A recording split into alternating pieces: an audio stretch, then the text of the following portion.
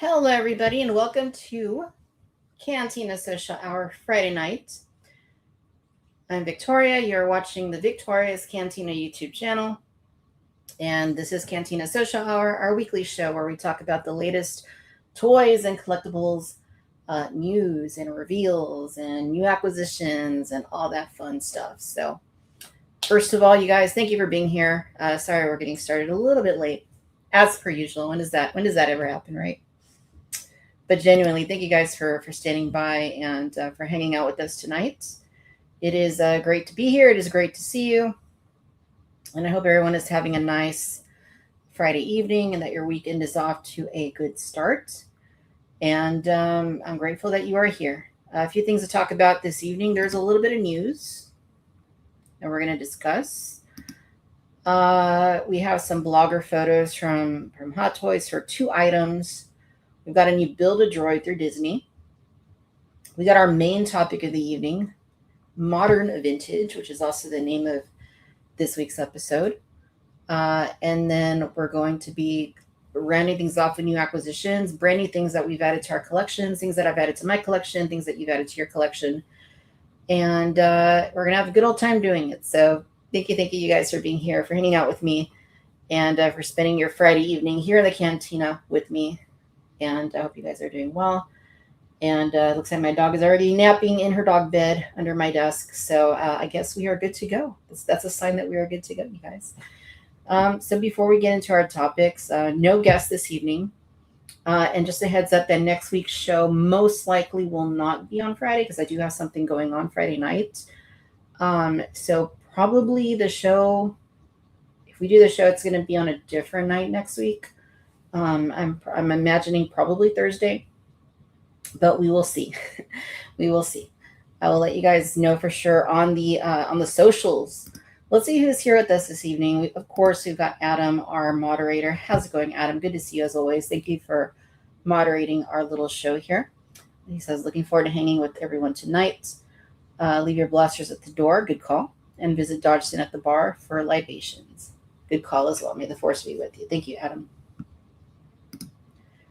Dodgson, hello, Cantinian. So sorry for running late. Got lost in hyperspace. You're always on time, Dodgson. What do you mean late? You're never late. I'm late. You're never late. Sorry to hear it's been a disappointing week. Hope things turn around very quickly here. Let's see who else is here with us. Peak Obi-Wan, as always. Peak Obi-Wan, good to see you. Hello there, fellow Cantinians. Let's see. Hello, Alex. How are you doing, Alex? Says, hello, VC and chat. Just keep cool in the hot, humid weather here in San Diego. Yes, it is it's been like since the week after, like basically like Comic-Con week. Like since then, it's been like really muggy and warm, and I'm over it. I'm used to having like natural air flowing through the house, and now it's just like AC because it's hot, it's humid, and yeah, I don't like that. Lots of spiders too, lots of bugs around right now. Not my favorite time of year, you guys. Not my favorite time of year whatsoever. Let's see. We got Brent. How's it going, Brent? Good to see you. We got Rick. How are you doing, Rick? Good to see you. As always, greetings and salutations. Hungry tonight, hoping to get some fried Doug strips with Bespin aioli drizzle tonight. Ooh, sounds good. Allison, good evening to you. Oh, that's me. Starfish. Hey, Greg. How are you doing, Greg?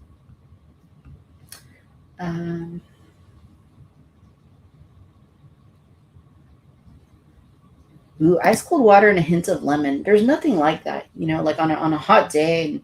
Nothing hits like an ice cold glass of water with lemon in it. Like that's just like that'll hydrate you really quickly. Or at least for me, it does. We got Jason with us. How's it going, Jason? Good to see you.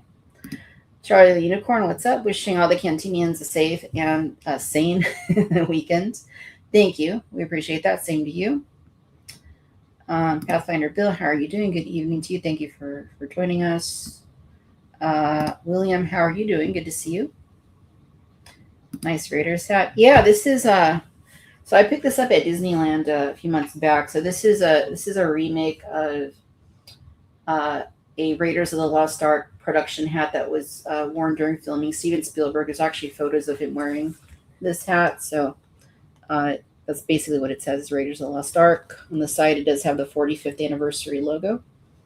I don't wear a lot of ball caps, but I picked this one up. I was like, hey, that's cool. That's really cool. Go T-Rex. How are you doing? Good to see you again. Charger 9105. How are you doing? Mr. Star Wars. How are you doing? Mary. How are you doing, Mary? All right, cool.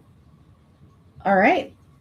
Shall we get things started? Let me pull myself out of the chat, out of the out of the stream for a minute. Take a look at this thumbnail here. Look at all the modern vintage we got.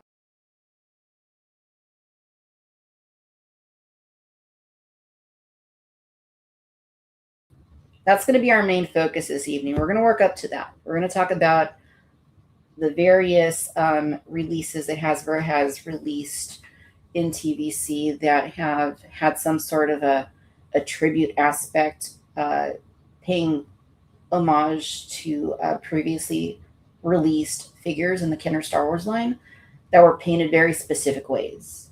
And we're going to talk about, is that something that should continue? Is that something we want to see more of? We're going to work up to that. We're going to start off, however, with some blogger photos. So I'm going to jump over to Instagram, the Hot Toys. We're going to take a look at their website, at their Instagram, actually. And we're going to look at two blogger photo series that have been put out there within the last few days. All right, so we're going to start out with this right here. All right, so let me go ahead and share this so you can see. All right, so this one right here was just put up. Blogger photos are just put up very recently. And this figure had gone up for pre-order, I want to say about a year ago. So Bespin Han Solo, very highly anticipated, long-awaited figure for the Hot Toys line. This one had been teased many years ago, back when they were doing, I think it was the Bespin Princess Leia. Gosh, what was that, like 2018, 19? I can't even remember. And there was a little bit of you could see like him from the back.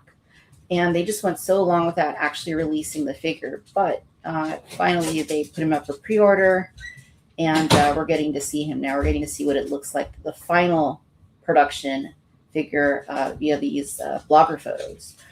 And I think this is one of those cases where the final figure actually looks much closer to the production or to the prototype piece than several other figures they've released over the years. Sometimes the figures look a little bit better than the pre-production prototypes, and other times they don't look quite as good.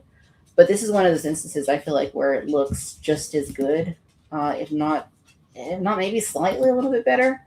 So that's what we want to see. We never want to see a regression with the final product, especially for a $250-ish dollars 6-scale figure. So I gotta say, they did a really nice job with this one. Just all the way around, he looks really good. Yeah, likeness is spot on. The tailoring, the jacket. This has always been my favorite Han Solo look, like this outfit. Just always really liked the jacket and the shirt, the brown pants, the boots. Of course, you get the Hoth jacket too, which is brown. It's not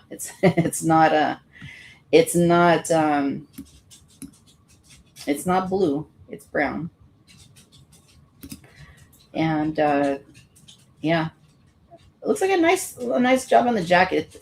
I was a little worried the jacket was going to be really poofy, but it's actually not so bad. It looks really nice. It's not like this really big overblown like thing. Like it looks really good. He's got the mask to wear on the asteroid or the space slug. Sculpt looks great from this angle as well. The hair looks really nice. Close up there. I mean, come on, they did a really nice job. Again, if they don't always hit the same level as the prototype, but in this case they did. It looks really, really, really nice. I'm very happy with how this one turned out. And if you've been following, for some time, the Hot Toys stuff, they have a quarter scale Han Solo from A New Hope that actually uses the same head sculpt and hair sculpt, which isn't quite accurate to that aesthetic, but to that film. But in this case, it looks really, really good. Yeah, very nice. Very, very, very nice.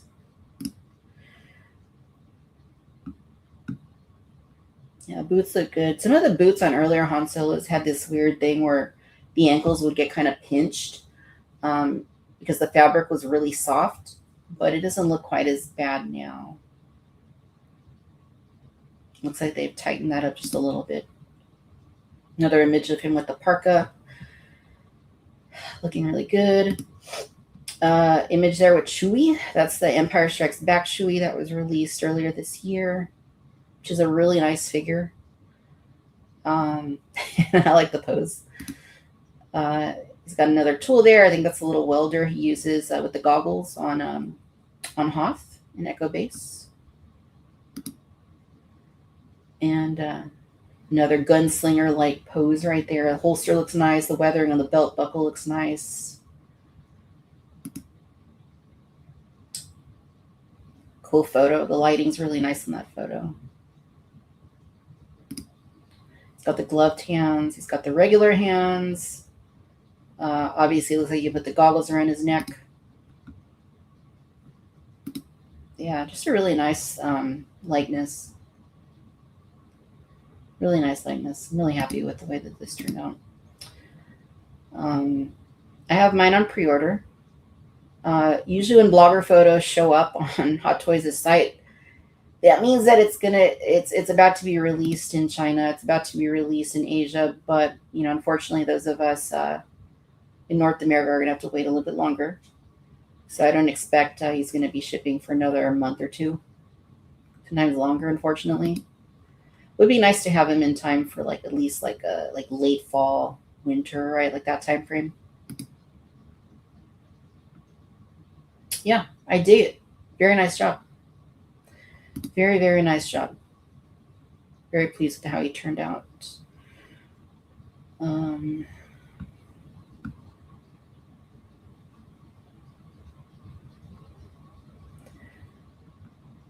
Charger, how you doing? 30th anniversary ASV4 Lom Zuckus set should be in there also. Yeah, I couldn't fit everything in the in the thumbnail, so there's a few of them missing. There are a few of them missing. We are getting some Ewoks. Are we getting Ewoks?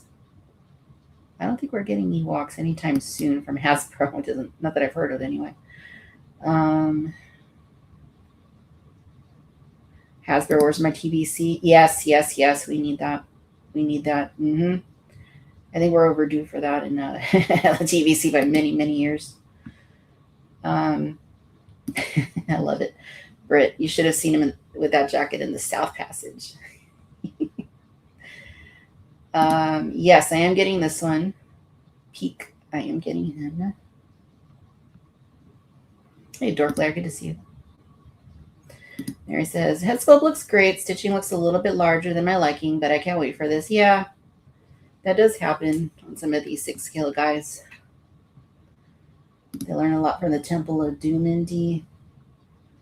Yeah, that one, the Temple of Doom Indiana Jones looks like it has a really nice likeness. I'm really looking forward to seeing that final product.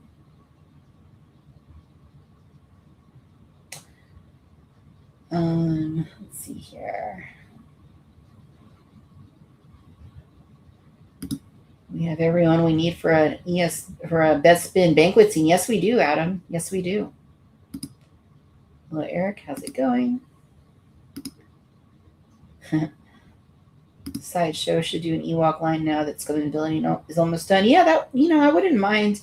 I mean, the Hot Toys Wicked is pretty nice. I like him, but I can't imagine them doing more Ewoks. I think it would be cool, but I just can't envision it. Let's see, what else do we got here? All right. Stitching tends to look larger in photos than it does in hand. Yeah, that is true. You're going to see more of like the smaller details in blown up photos than when you get the figure in hand. Absolutely. All right. Well, there is another one of blogger photos, and this is going to be the only non-Star Wars thing we look at all night. But I did want to, well, there are a few things actually, but I did want to focus on, here he is, another one, just because it was really cool, and because I have a little bit of a background to share on this one. So Mr. Freeze, the Arnold Schwarzenegger Mr. Freeze from Batman and Robin, the greatest Batman film of all time, right? Yeah, this figure. So originally I had this one on pre-order. I had it on pre-order. I was kind of more or less all in on Hot Toys for the original 4 Batman films, for any of the figures. Batman 89, Batman Returns, which I don't think there are any from Batman Returns other than the regular Batman. Batman Forever, Batman and Robin. And this is one of those cases where, I love Jazz Inc. As a company. I think they're amazing. But then they're doing so many things right now, and recently or I guess a little while back now, they unveiled their Batgirl from Batman and Robin. I'm like, well, shoot, if I'm going to do Mr. Freeze and Batman and Robin, I kind of need to get Batgirl. But then it just becomes one of those things, like you're completing a set that you're not 100% like, that you appreciate. I mean, I'd love to have the figures, but realistically, I don't know that I would have them on display. So it just kind of became a thing. Well, I'm going to focus on my favorite films, which are the Batman 89, Batman and Returns, right? The Michael Keaton films, the Tim Burton films, and then the Dark Knight trilogy. I'm going to focus mostly on those. So I ended up parting with my Batman and Robin from Batman and Robin, and I canceled the pre-order for my Mr. Freeze. And I sold the Robin from Batman Forever, but I held on to the Batman because Val Kilmer. But anyway, I don't regret doing it, canceling this order. But man, this looks really nice. This looks really nice. This is one of those films, or one of those figures that probably like a little bit of a sleeper hit. I can't imagine that's going to be like one of the greatest selling of all time, like Hot Toys. But I think if you're getting this, and in hand, it does resemble what we see in these blogger photos. It's going to be one of the most like visually appealing and interesting photos that you can have in your collection. And it's definitely going to be a standout piece on the shelf. I mean, just the way the lighting works, just the whole, all of it. Like, it's just a really neat. It's a really neat figure. Looks really, really great. So, yeah, it's cool. It's really cool. So I wanted to take a look at it anyway, because I had covered it before when it went up for pre-order, and I probably said I was pre-ordering it, and I did, but then I canceled it because, you just can't do it all. You just can't do it all.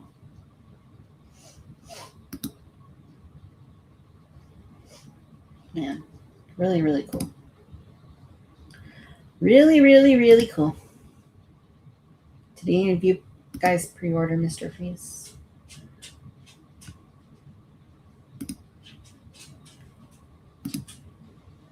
Yeah, really nice. All right. Mr. Icicle, Mr. Snow, yeah, definitely.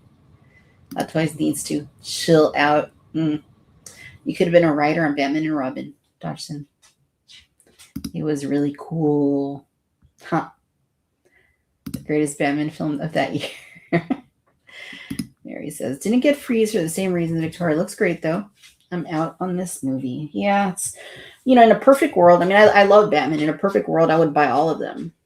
I would buy all the Batman figures, but it's just not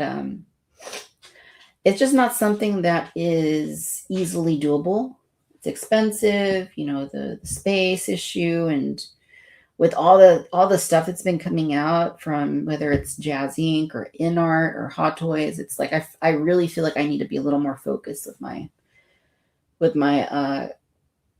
collections, with the various things that I collect, and you know, kind of prioritize a little bit more on the things that give me the most joy, the things I'm most passionate about. And sorry, Mr. Freeze, that that doesn't include you. Love Arnold Schwarzenegger, but yeah, not you know, I can't do the Batman and Robin at this time.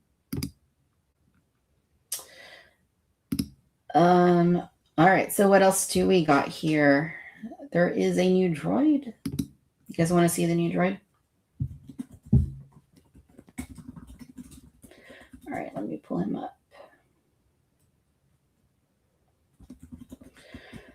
So we are on droid number, I think we're on droid number 3, right? For the second wave of the Build-A-Droid, wave 2. So it was announced that the next wave, or the next release in wave 2 for the Build-A-Droid series, is going to be the one and only R2-D2. Now, I did not expect R2-D2 to show up in this line. I thought that this line was going to be focused primarily on other characters, right? Like other more obscure type droids, which generally would be my preference, because we all know that there are some really great droids in Star Wars that Hasbro is never going to give us. So I appreciate that Disney fills in those gaps with releases like this. But R2-D2 isn't one of those droids. They make R2-D2. They've made a bunch of them, so we get R2-D2s from time to time. So I'm not sure that this is the most exciting release, but I think it's a pretty cool release, and I'm going to tell you why.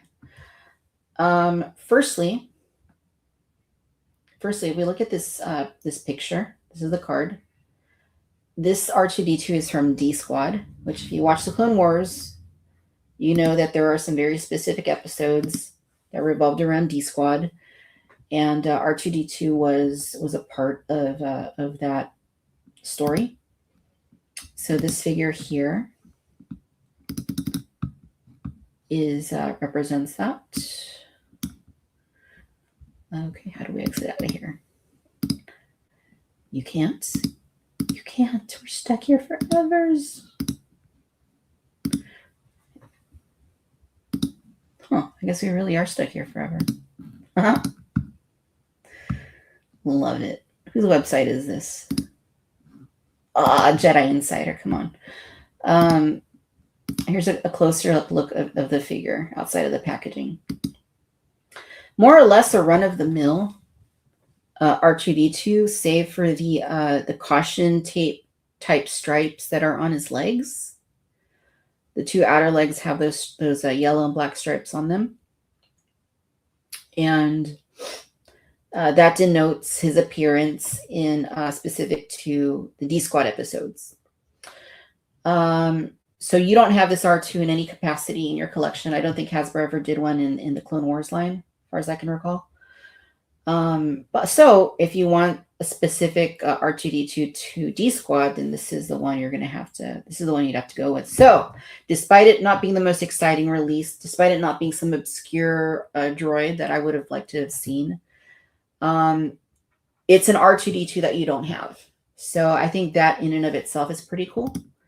And at least for me, makes it a worthy, a fine addition to my collection. It looks like this comes with the bottom piece of the RX droid from the Skeleton Crew. So we're trying to build that RX droid, and this third release will take us halfway through wave 2. So there's still 3 more droids to see. We don't know what they're going to be quite yet. But yeah, I mean, I think this is pretty cool.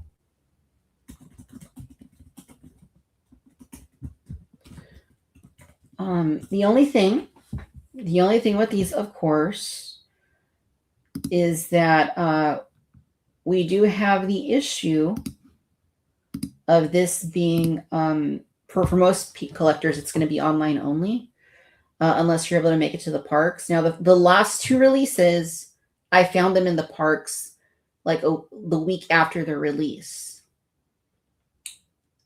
So there's a chance that eventually I would find this one in the park, but that's obviously never a guarantee. So if I'm probably going to just get it online, but it's an R2, but it's an R2 you don't have. So I think that in and of itself makes it a worthwhile purchase. If you're a Droids and R2D2 fan. Alex says, have you been following Absolute Batman? No. Maybe I should, though. Pico B wants, I'm going to be a little critical on this. So they're making D-Squad. They better come in with their special weapons, and they don't. So this is a pass. That would be neat. I can actually see them doing that as like a multi-pack at some point.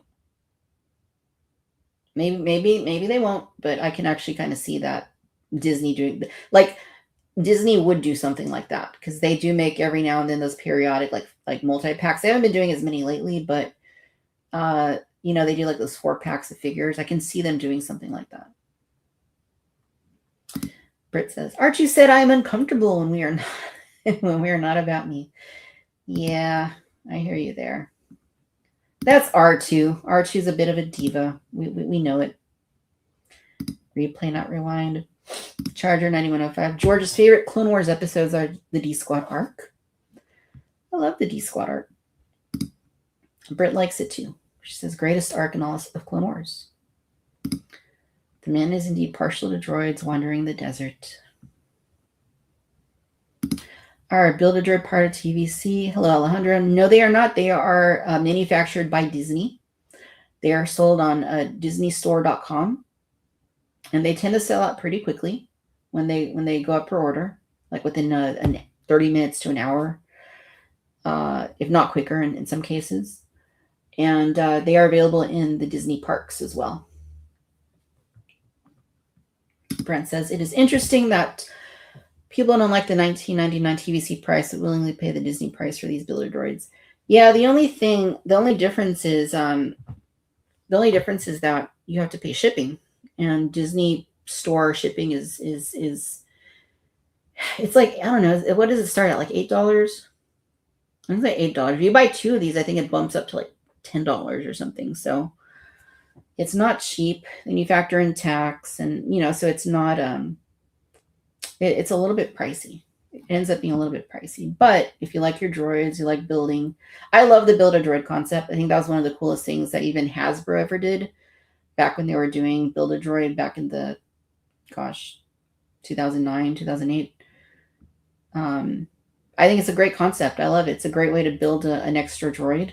And it feels like, when you buy each of these droids, I like the feeling of building up to something. Like, it's going somewhere. I love packing pieces with figures. I know it's something we'll never see again with when it comes to like the main line of Black Series or TVC. But I think it's a really fun concept, and it encourages you to buy them all, to collect them all. Yes, Alejandro, they are in fact the same exact scale as a TVC.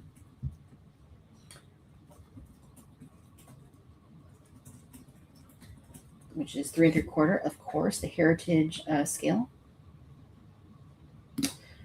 What else do we got here?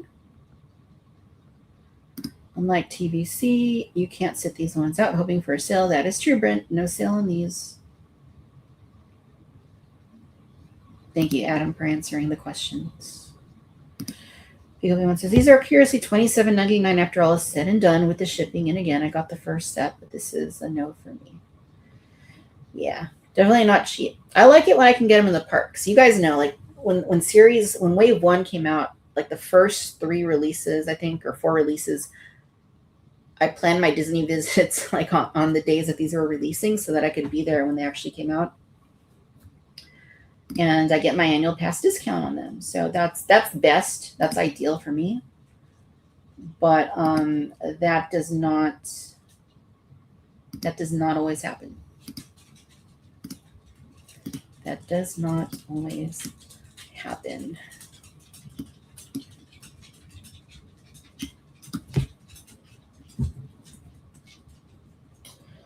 All right. Let's go ahead and transition then to our next topic. Dorkler says Z23 Droid Factory R7 came out great. Yeah, that one does look really, really, really nice. What's up? Watching from the Philippines. This is Glenn Magalang. How's it going? Thank you for tuning in from the Philippines.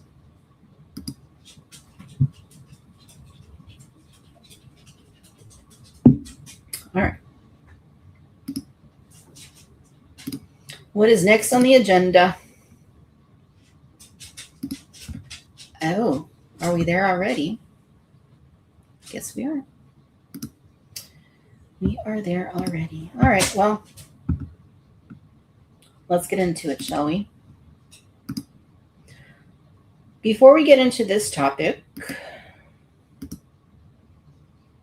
let's talk a little bit about what this means. Modern vintage. It's such an oxymoron. I know we've talked about it before. Modern, anything inspired by the present day. Updated. In fashion, in season, all that. And then vintage, the opposite. Something that came before. Old, antique, historic. And I think any of those properly refer to any action figure from the original Kenner Star Wars 3/4-inch line, the heritage scale. And modern refers to anything, the consensus, whether universally agreed upon or not. The consensus seems to be that anything from 1995 to the present, even though 1995 was a long time ago, is modern. Most people would probably say, oh, if it's from the 90s, it's a vintage at this point. I think generally speaking that might be true. But when we're talking about Star Wars figures, one of the biggest, most expansive toy lines of all time, these figures have been going on for almost 50 years. There was a big break, obviously, between 1985 to 1995, right? There was not much, the dark times, right? Not a whole lot in there. But when Kenner in 1995 brought back the Power of the Force 2, with long sabers, short sabers, 0.00, 0.01, orange card, green card, with hologram, without hologram, with a 3D freeze frame, all that stuff, like the good old days, right? That was modern for its time. It was modern, and we still consider it to be modern just because it's not vintage. I don't know. That's the best reason to not consider it vintage at this point, but that's the way we talk about within the context of the history of the Star Wars heritage line. So when we talk about modern vintage, we put those two terms together. We're talking about new things that are old things that are new, that are given new life, that are brought back to the forefront of our collective consciousness. And the vintage collection is a toy line that obviously, unlike the 30th anniversary collection or the legacy collection or the Revenge of the Sith line or Power of the Jedi, the vintage collection deliberately plays into nostalgia by modeling itself in name, in spirit, and in legacy terms on the Kenner vintage line. It models itself specifically off of that look. The packaging is recreated. It's updated in some senses, but it is intended to be a replication. The figures are updated, right? We're not talking about little 5 POA figures that don't resemble their on-screen counterparts. We're talking about hyper-realistic, in some cases, figures that are intended to speak to an adult collector that's been collecting for a long time or has gone into collecting recently and wants something that is a mature representation of something they may have had as a child. Something that pushes the boundary and moves forward with innovative technology, with engineering, with detail, with paint, with accessories, all of that. So the vintage collection is modern vintage, right? It's brand new. It's pushing the boundary. It's branching out into the future, but it's also paying homage to the past in name, in packaging, in spirit. One of the things that Hasbro has done multiple times over the years is they have delivered product that goes a step further than packaging, than name, than spirit, to tie into the Kenner line by also adding on the aspect of a very deliberate recolor that looks very much like the original coloring on a previously released figure. There have been several instances of this over the years. Here in the thumbnail, you can see several for yourself. But I'm going to start with, I'm going to go back in time a little bit. I'm going to go back in time, in fact, to 2010. All right. So let me pull this up. We're going to go over to rebelscum.com. You guys remember Rebel Scum? Was this a Dan Curto? Yep. My good old friend, Dan Curto. The Vintage Collection 30th Anniversary Exclusive Bounty Hunters. All right. This is sourced from the Empire Strikes Back.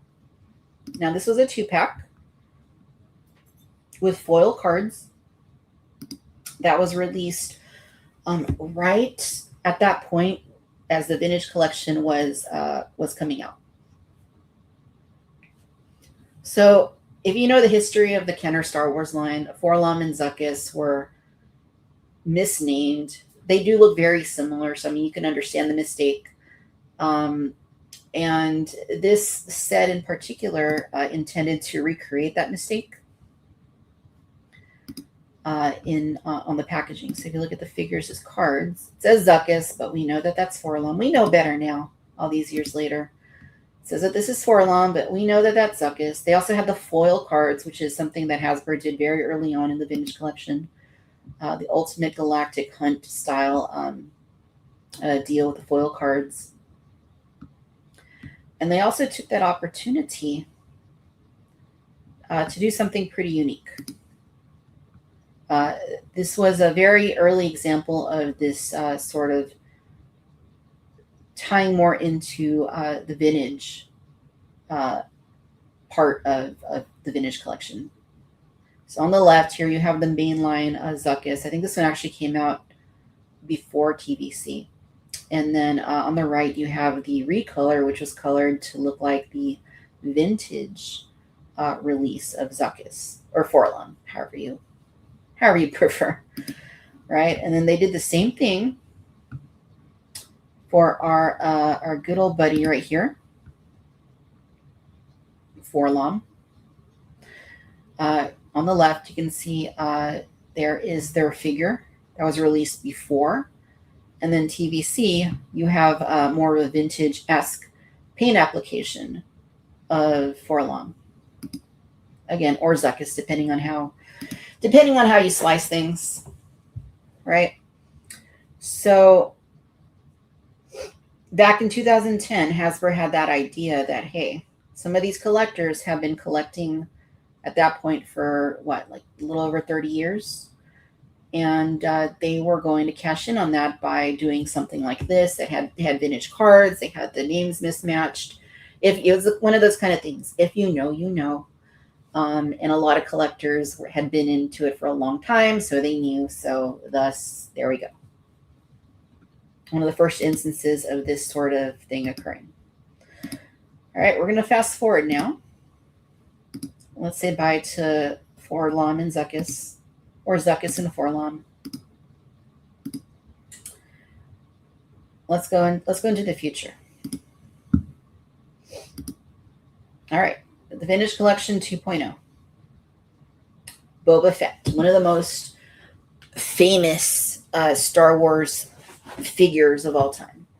I think probably the figure has always been more famous than the character, especially if we're talking like pre-sequel trilogy, pre-prequels actually, pre-prequel trilogy.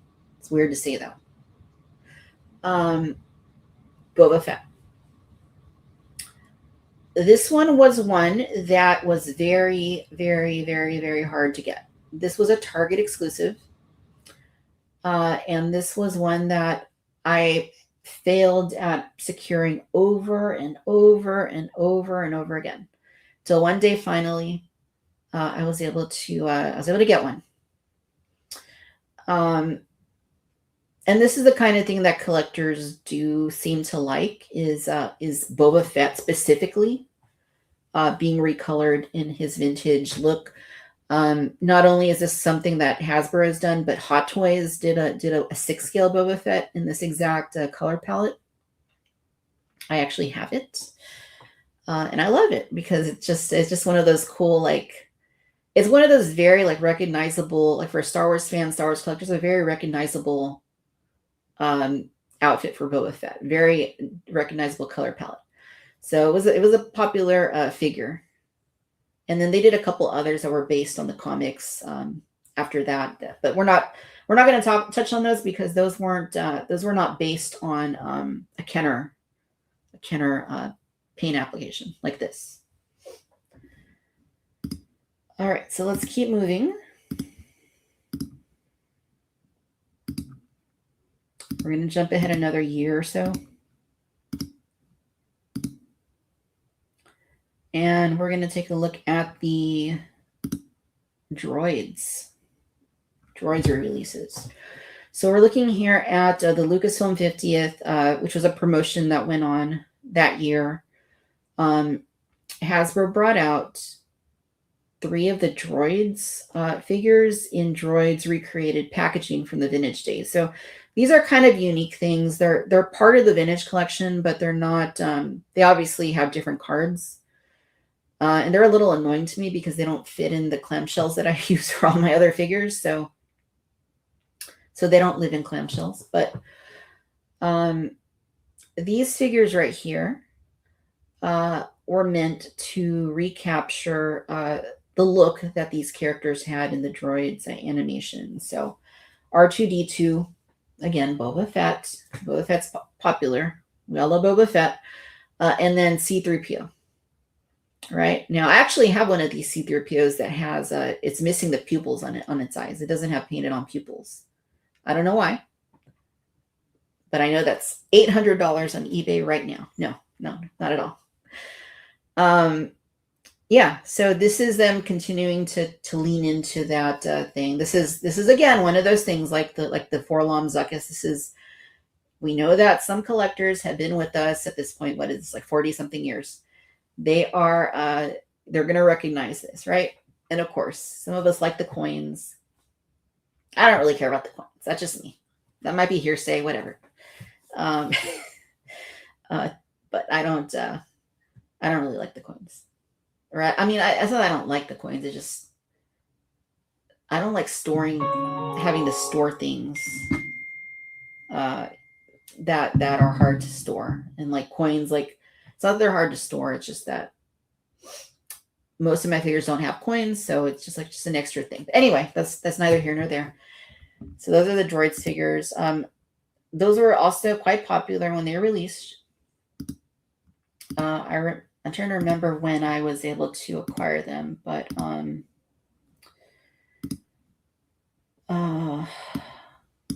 it was probably shortly after the release that I was able to get those. Let's not slow things down. Let's go ahead and keep going. We're going to stick to the same time frame. Stick to the same time frame here.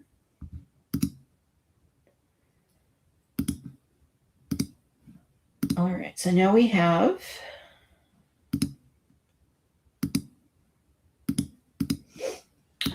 these right here. The Ewoks. Everybody loves Ewoks, right? Right? The Ewoks was another series back in the 80s that Hasbro wanted to lean into. And again, continues that theme of, hey, these are nostalgic. If you know, you know, right? If you've been collecting a long time, you probably recognize these. So we got Wicket W. Work. I love that he had a full name. Like none of the other Ewoks have full names, but Wicket does. And then Nisa. Right. And I love these figures. I mean, I love Ewoks figures. I have like pretty much all of them, I think. I don't actually, I'm lying. I'm missing a couple. I think there was maybe like in 2010, like a set that had some very obscure ones that I miss and still don't have. But yeah, these did pretty well. I don't think these did as well as the droids figures, and I don't think they did as well as the Boba Fett figure. But they still did pretty decent. They still did pretty decent business. They also came with the coins, which again, if you like the coins, you like the coins. And then they also offered into the vintage collection because they are TVC, even though they don't say TVC on the front, they are still the vintage collection. They offered a new packaging aesthetic that you could display with the rest of your TVC if you display carded. And unlike the droid figures, these do fit in the clamshells that I use. So I don't know how that works, but anyway, it's a very interesting case. All right, let's keep going. Don't stop now. Let's keep going.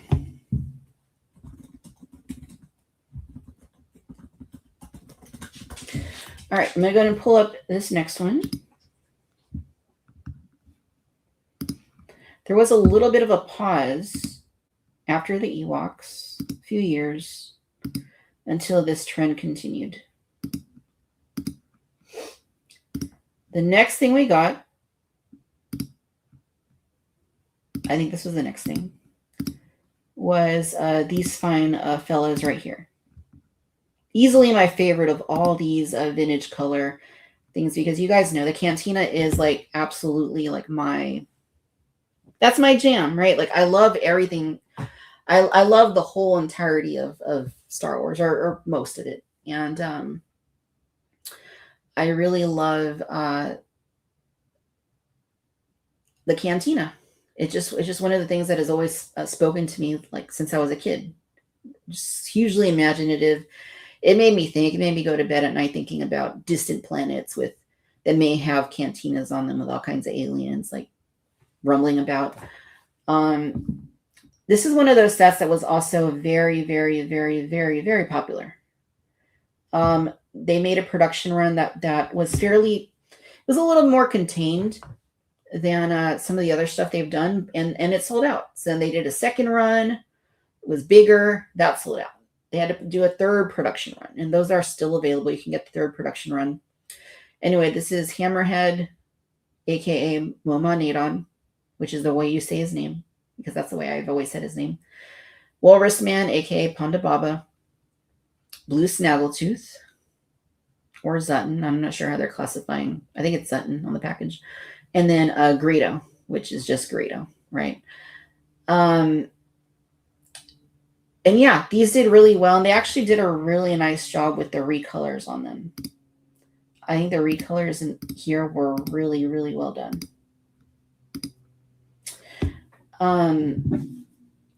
Again, this was a very popular set, but it also leaned into another aspect of Star Wars Kenner history, because it not only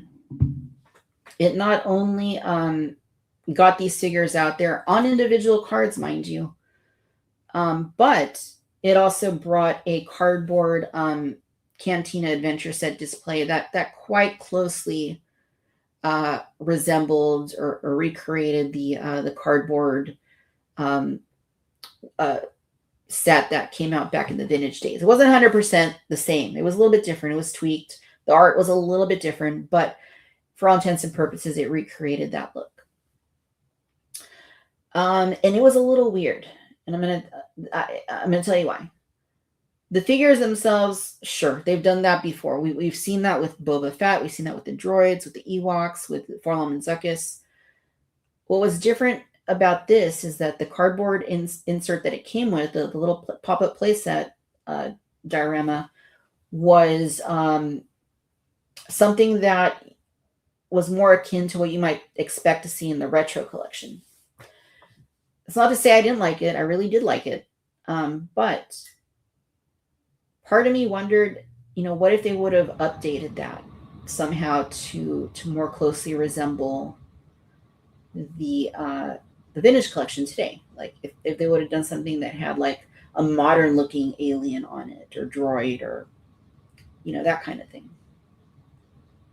It also kind of left us with a little bit of a hole in the retro collection, because we're missing those, other than Walrus Man, we're missing the other three in the retro collection. And we don't have that card. I mean, I guess you could use the cardboard pop-up in the retro collection, but that could have also been a product in the retro collection, the four aliens with the pop-up display.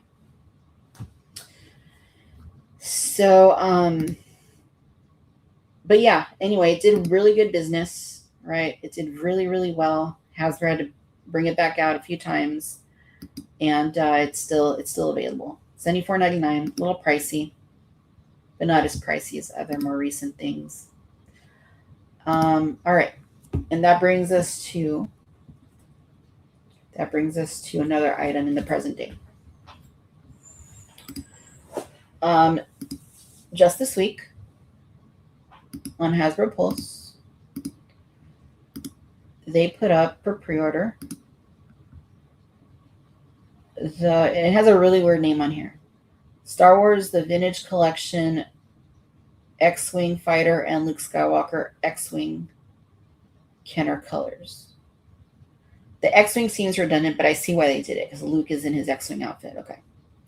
And then Kenner Colors. All right. So I saw this in person at Comic-Con. I attended the Hasbro press event breakfast very early in the convention, and I got to see this firsthand. It had not been announced. This was the first time anyone was seeing it, and my eyes went to it right away, because I'm like, wait, hey, what's this? When I saw it, I'm like, hey, that's pretty cool. That's it's an X-Wing. But it looks like it's a newer sculpt, right? So it's the most recent X-Wing. It's not like that new, but the most recent one. But it's painted to resemble the Kenner X-Wing. I'm like, huh. That actually stands out quite a bit, because it's a white color. It's got like the black and the red, the yellow, like very high contrast colors. Then I looked a little bit closer at the figures, particularly Luke. And I said, hey, he's colored like the vintage figure. Interesting. So I talked a little bit to Chris Reif of Hasbro, the designer. And, I asked him about this. Like, hey, this is something new. We haven't seen a vehicle repainted to match the colors. We've seen all these figures. But we haven't seen a vehicle that matches the Kenner colors yet in the vintage collection. And he said, yeah, we're trying something different here. I asked him, hey, like R2-D2, that's an interesting choice. Did you guys think about using the KE4N4 figure that came out of the Ahsoka line instead? And he said, yeah, that was our first choice. But then we kind of realized that Luke looks like Luke. The X-Wing looks like the new X-Wing, so it doesn't make sense to make R2 not look like R2. And I was like, okay, yeah, that makes sense to me. But yeah, this is a new foray into this retro color expression. We've seen all these figures so far: Forlom, Zuckuss, Boba Fett, the droid, C-3PO, R2-D2, and that Boba Fett. We've seen the Ewoks, Wicket and Nisa. We've seen the Cantina aliens, Greedo, Moma Neron, Ponda Baba, Zutton. But we have not yet seen a human recolored to resemble the vintage figures until now. We've also not seen a vehicle repainted to resemble the Kenner colors until now. So when I say modern vintage, I think this is the epitome of that term. Right away when the photos for this went up online, there were a lot of opinions about this. Primarily that it seemed like a lot of people weren't interested. I can't even say that it was a few. There were actually a number of people that were not interested. So yeah, this is up for pre-order. Price is $139.99. And it has not pre-sold out, but quite a bit of stuff has not been pre-selling out at the rate it used to. Not just for Star Wars, but for other lines as well.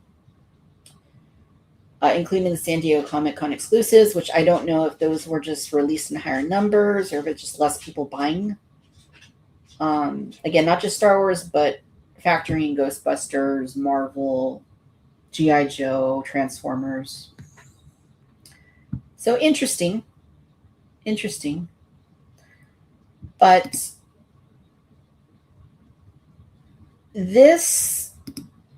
I think this is a cool idea. But here's where I'm a little concerned / curious. Like if you're gonna repaint, if Hasbro's gonna repaint an X-Wing to resemble the vintage X-Wing with Kenner colors, where does the boundary get drawn? Because now it's not just figures now, right? With the Cantina, we had a cardboard, display thing, which is not a big deal. It's just a piece of cardboard, not a big deal at all to me. But an X-Wing, that's $100 plus vehicle, right? So if we're gonna repaint the X-Wing, does that mean we're gonna repaint a TIE fighter? Does that mean we're gonna repaint Darth Vader's TIE fighter advanced? Does that mean we're gonna repaint the Millennium Falcon, the big Millennium Falcon? Does that mean we're gonna repaint the Boba Fett starship, the Imperial shuttle? Like, where exactly does the boundary get drawn? And where should the boundary get drawn? I don't think it's for me to answer where the boundary should be drawn, but I think the success of this item is going to determine whether or not this sort of concept continues. Obviously, the figures have done very well. Every release, every Kenner recolor that we looked at, all of those have done really well. If they hadn't, I can guarantee you there's no way that Hasbro would be trying an X-Wing. I can guarantee you there's no way that they would be trying to do a Kenner color of an X-Wing with two figures if those other figures had not been successful. So this is one of those cases of, hey, they liked this, they bought this, let's try this and see what happens. So this is a bit of an experiment for Hasbro. And it's going to be a bit of an experiment in terms of how well does it actually do. If it doesn't do well, you're not going to get a vintage recolor X-Wing. You're not going to get a vintage recolor big Millennium Falcon, none of that. But if it does do good business, this is easy. All you're doing is repainting. This is very easy. This is low-hanging fruit now. Then you can do Darth Vader's advanced TIE fighter. You can do Boba Fett starship or the Imperial shuttle or whatever. So the consensus that I've seemed to gather not me, but like what I've seen from discussions from people online, which of course is always anecdotal. It is never a full representation of every collector of everything, right? This is a sample size. I actually posted a poll on my Instagram asking collectors, again, anecdotal. This is just one. This is one sampling. This is my audience, my sampling on Instagram, asking this morning, do you want to see more of this? Yes or no? So 5 respondents said yes. That was 10% of the vote. And 43 collectors said no, which is 90% of the vote. Again, anecdotal, small sampling. But I feel like most of the collectors that follow me and tune into the show tend to be a little more of the like not negative, like not toxic, not negative, like more like, positive, which I appreciate, right? That's what I aim for. But even then, I'm seeing 90% saying no more. Like don't do this. We don't want to see this. And I know there's several reasons why. I didn't get into reasons, but from what I've read, there's many reasons. There's like, okay. And I think part of it is, like I said, if this does well, then you can do all those other vehicles. At the same time, I think there's a perception from what I've read that this could be put towards something else, right? Like the cost that went into developing this could be put into something else. And I get that, right? We have X-Wings. This isn't even a great X-Wing. This is an X-Wing that needs a new sculpt. It's old. It's been out a very long time. It needs to be redone. Yeah, 100%. But again, it's low-hanging fruit. All you're doing is repainting, right? There's no other R&D. It's just repainting. That's all it is. It's easy. It's cheap. Doesn't really cost much R&D. It's just let's repaint it and let's put it out there. And then another factor that I've seen raised is that, why isn't the retro collection getting this sort of attention? Why isn't the retro collection getting? You have to remember, I've seen a few collectors, not many. I've seen a few collectors ask for retro collection vehicles and stuff. And I always try to remind them with love, LOVE, that a lot of what came out in terms of vehicles in the modern line, 1995 to early 2000s, was the vintage X-Wing, the vintage TIE Fighter, the vintage Darth Vader's TIE Fighter, the Boba Fett Starship, the Sandcrawler, the Millennium Falcon. All of that was the vintage sculpts. So they've been out in the modern line. They weren't repainted exactly like this. They weren't painted exactly to match the counterparts, but they've been out, right? They've been out before. So I'm not a huge fan of retro collection receiving this kind of attention, just because we've seen those sculpts over and over again, and they serve their purpose for a while, but we want new sculpts. Even this is outdated now, right? So would I really want to see a retro collection X-Wing based on the retro vintage mold, when that was out in the 90s and the early 2000s? No, I wouldn't. I had some of that stuff. I had the Millennium Falcon, the Boba Fett Starship, the Imperial Shuttle. Like, I wouldn't want to see them in the retro collection just because they continue to make them into the 2000s. The same exact sculpt, same exact mold. Some details change, some features change, but by and large, the same exact thing. That said, the retro collection is doing really well for Hasbro. So I would imagine that there is a natural progression to that. Just like we're talking about vintage recoloring of figures that have been successful and now led to a vehicle being repainted in vintage colors. I think for retro collection, you can probably, expect that if that's doing well, then hey, they're going to want to try other things in that arena as well. So just because this exists in TVC, I don't think it means it's not going to exist in retro collection. In retro collection. However, is TVC the right place to see vehicles painted in Kenner colors? And I mean, that's a hard one to answer. If we look at the polling data that again, anecdotal, I gotta say that each time because it is, then most collectors aren't too excited about this. And at the very end of the day, you have to remember that Hasbro is a business. They are in this to make as much money as they can off of products like this. And if people buy it, people collect it, people are happy with it, and they make a return on whatever investment they put into it, again, probably not much because you're just doing repaints here, then that's going to be money talks, right? That's going to be an indication that, hey, it did well. Let's do more. And that's going to be that. You're going to continue to see this sort of thing.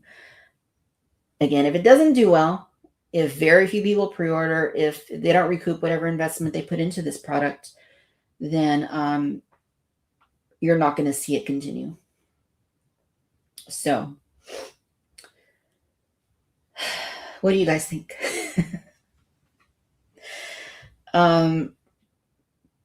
It's interesting. It's interesting, no doubt. And if you're just joining in, welcome. You're watching Cantina Social Hour Friday night, and we are grateful that you are hanging out with us here in the Cantina, where we talk about the latest collecting and toy news every Friday night.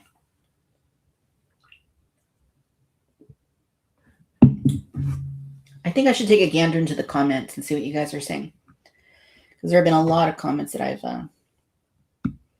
and Adam, my moderator, if you see anything that sticks out, please, I don't know if you can highlight comments, but if you can, please feel free. I'll take a look in here too. So we have some new folks joining in. Welcome.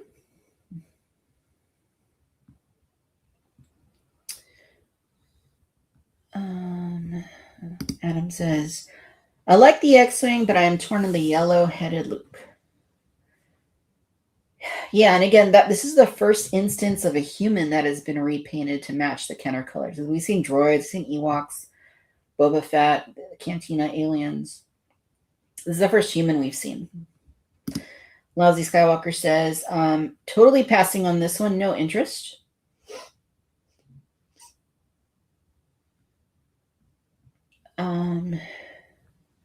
This is a good point. Dodgen says, very weird, kind of like the Jurassic World Legacy Reimagined line. That is true, because a lot of that is new sculpts, but they are painted like the Kenner Jurassic Park figures. That's an excellent point. And they do pretty good business. We can't deny that. They do pretty good business.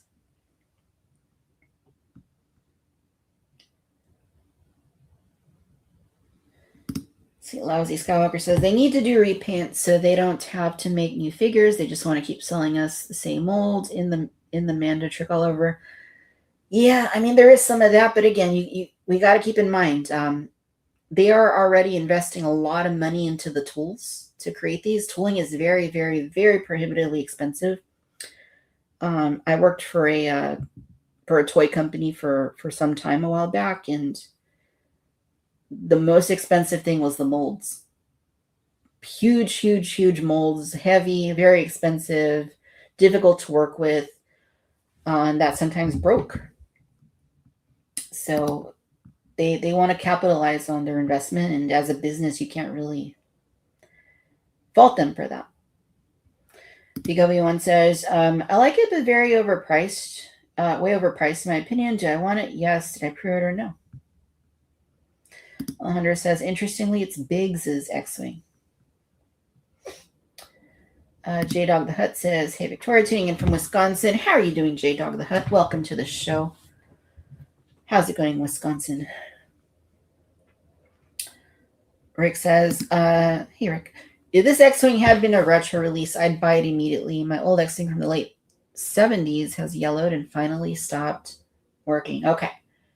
Now, so that's an interesting point, because you've now made a case for an update of something like this in the retro collection, right? So, I mean, that that's a factor, right? That's a possible reason to expect or to want at least to see stuff like this in retro.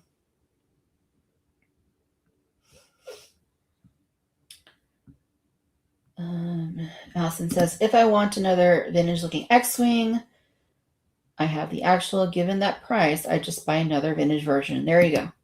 But then again, you could also buy the vintage Ben Kenobi, right? Or Tusken Raider, or any of those figures, right? I know part of the retro collection, the appeal is that they are doing new sculpts for old characters that didn't have figures in TVs in the retro collection. So there's that too to consider.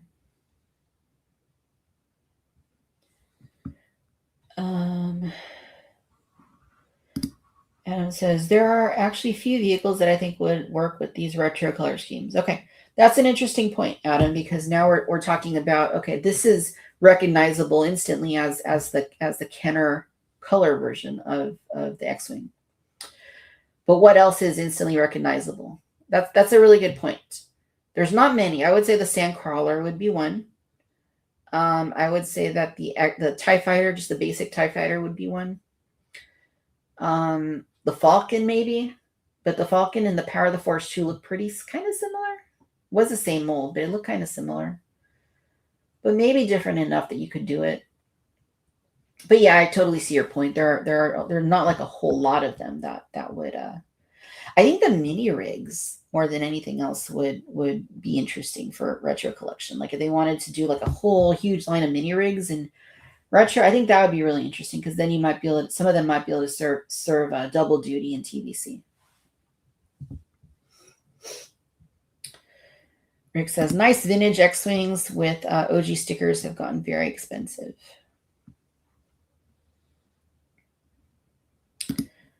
Allison also says, adding on to that, that getting non-yellowed canopies on them is also tricky. The deterioration of plastic. You guys are bringing up excellent points here. Plastic does deteriorate. It does degrade over time, like so many other things. And that manifests in discoloration and the plastic becoming like sticky and tacky. It's not what we like to see as toy collectors, but it is an unfortunate reality. Even more some modern stuff that's happened to as well. Yeah, there's a number of things. I remember there were clone figures. I think in like from the battle packs or that era, like 2005, some clone troopers like really severely discolored and degraded as well. ARC troopers and stuff. The old Kenner X-Wing tooling is gone. Oh yeah, all that stuff is gone now. They used it up into the early 2000s, but it's too far gone at this point. That's the only way they would be able to do it is the way they're doing some of the figures. Is they're scanning actual Kenner product. They're scanning it and using that to create the new molds.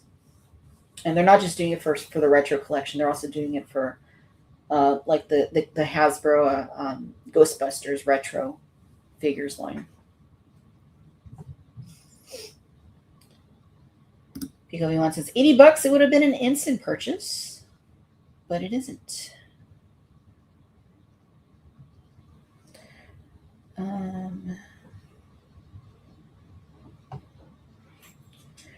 This is a good point from Charger 9105. Hasbro already made a white TIE Fighter in the modern line mid to late 2000s. Yes, they did. That was in the, I want to say that was in the 30th anniversary collection. They did do a white TIE Fighter. That is a very good point. It wasn't labeled as anything unique, but it was white. And if you know, you know, it was meant to resemble the Kenner paint scheme. So really, I guess from a certain point of view, this is the second time that we've seen a vehicle in the modern line that has been deliberately repainted to look like the old vehicle, but the first time in TVC for the X-Wing. But in the modern line, it has happened before. So yeah, in a way, there was a precedent. This is a cute story. Rick says, I received my OG X-Wing in 1977, 1978. I was 5. My mom bought it for me after I ended up at the hospital to get stitches. Aw. I have a story like that too. I love that because that's like the memories that we make with these collectibles, and why part of the reason that they're so meaningful to us. I don't have the toys anymore, but I remember getting my finger caught in a in a door when I was in the late '80s. I was little, and my mom bought me a Ghostbusters figure. We had a store in my hometown in Texas called Wynn's. It was a chain of stores.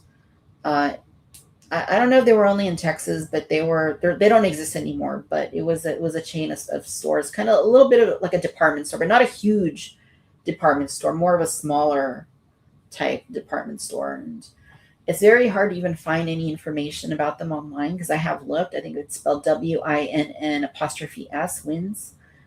And they carried Kenner toys. They carried toys, and I remember getting a Winston action figure because my finger got smashed in the door, and I was little, and that made me feel better to get that Winston action figure. I wish I still had him. I have the newer version of him, but I don't have the original figure. I wish I did, though.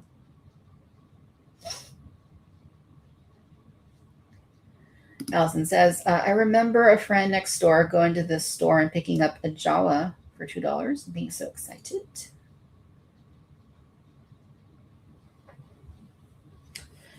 Really enjoying reading the comments here. Looks like we have 51 friends in the stream this evening. Thank you for tuning in. Pathfinder Bill, how are you doing? I dread to see the price if they give the Millennium Falcon the same treatment. Yeah, that would be. I hope they don't do that. I only have enough room for one BMF, and it's right behind me. You can actually see the very top of it there, the pincers or whatever they are, right over here. One of my favorite pieces in the whole collection. Absolutely adore it. And that's the TBC version from Galaxy's Edge. I love it. Rhoda, how's it going? I see a lot of is this a pig? I can't tell. I have no idea. But she posted that over and over again. Where's Adam? We're gonna get Adam in here. I have no idea what that refers to. July 3rd member says, I'd like an all-new X-Wing. Yeah, I would love an all-new X-Wing as well. And I think ideally that's the way to go. I know a lot of people, well, not a lot, but I know some people skipped the Poe Dameron X-Wing.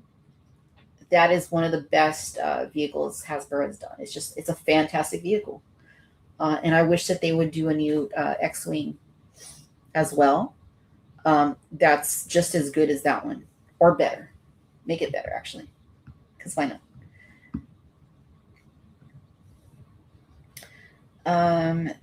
Britt says, I imagine if the output for mainly TVC was greater, there would be more appetite for Kenner repaints. Excellent point. Yes.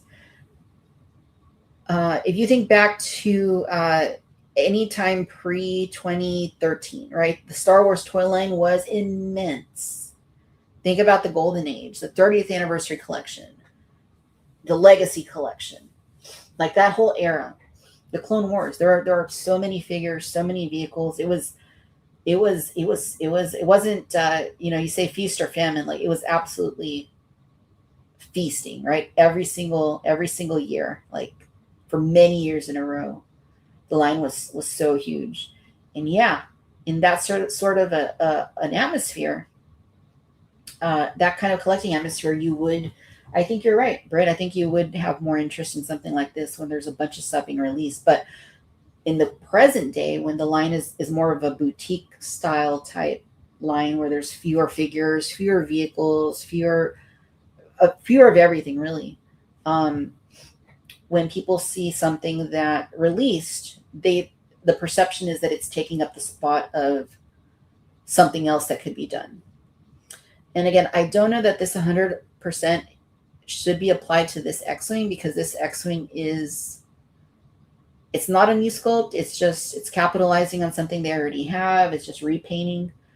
So I don't know that it's taking up a spot per se, but I guess one way we could look at it is perhaps whatever profit is made off this release can be put towards a new X-wing or a new, I don't know, TIE fighter or whatever. Um, it could be reinvested into the line. I mean, is that guaranteed to happen? I mean, no, obviously, but I think that's a glass half full way to look at it for sure. If whatever business this does, if it does do okay, then that could be put into doing other things that more collectors really want to see. Let's see, Rick says somebody got thrown out. Ooh,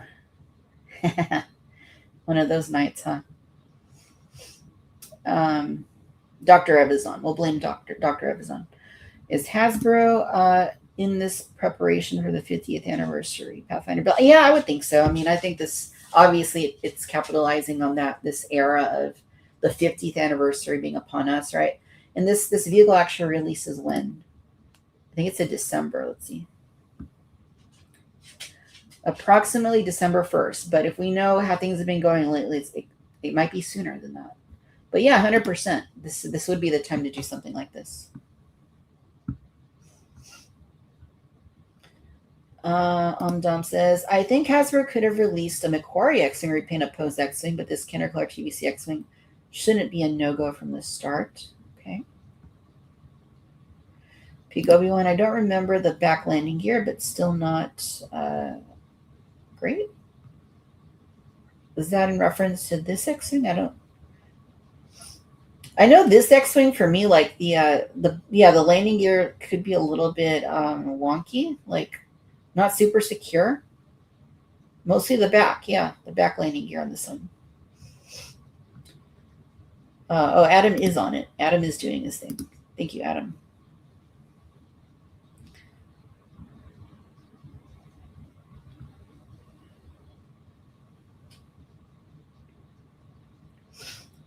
This is a good point. This X-Wing mold has existed for 25 years, half of Star Wars' existence. That is true.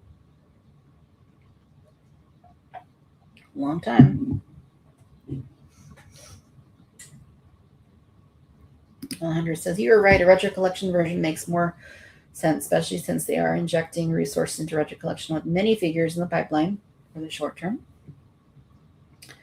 Darth Malak's missing lower jaw. There he is. It looks good, but oof on the price. People would be more forgiving if it didn't cost so much. That's a fair point as well. It is expensive. For a repaint, it is expensive. Makes you wonder, though, like, I mean, how much have resources increased in price that it has to be priced this high, because it is just a repaint. It's not like it's a brand new thing. So, I mean, that's kind of scary when you think about it, that, the price has to be this because prices have increased that much. Brent says the mold needs to go. Yes. Triple digit weather. Oh my goodness. That's horrible. Ed says it's too much to ask for a brand new larger mold for an X-Wing right now, but I would instantly take a new Y-Wing. Ooh. That would be cool. I think that'd be awesome. We haven't seen a release for a Y-Wing in a long time. Like, I can't even think of the last time they did one of those.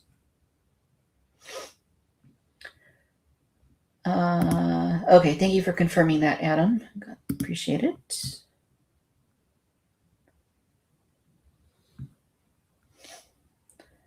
Darth Ray says, no, thank you. I have enough X-Wings, especially this mold. So this is not taking away tooling from other stuff. This tooling has existed for, somebody mentioned, 25 years. It does not take tooling away from anything else. It takes a repaint opportunity maybe away from something else, but even then, it's just a repaint. That's all. The only thing being invested into this is the R&D for a new paint, color palette, and packaging. Like it does not take tooling away because the tooling already exists. So it's I'm not concerned about that in this case. Rick says, not interested in TVC product and repainted as Kenner. I would be interested in a retro series Kenner X-Wing tooled up again with updated sound effects and audio, but looking like the original. Fair enough. Greg says, this worked for the Cantina because of the bold and iconic colors. Just doesn't really work for Luke. What would Han and Leia look like in this subline? Yeah, I don't know. This is the first human we've seen. So what would, I mean, the Han and Leia, I think would look a little bit more, I think they would look closer to the actual, like the modern interpretations.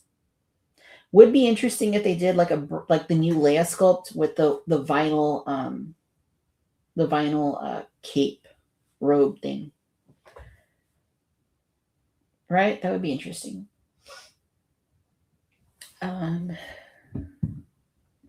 Declare canopy brings me back. Totally old school, PW1 says.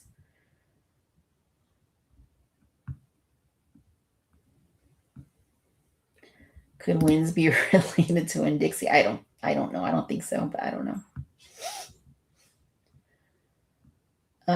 This is TJ says, I remember Wins here. Okay, not just me.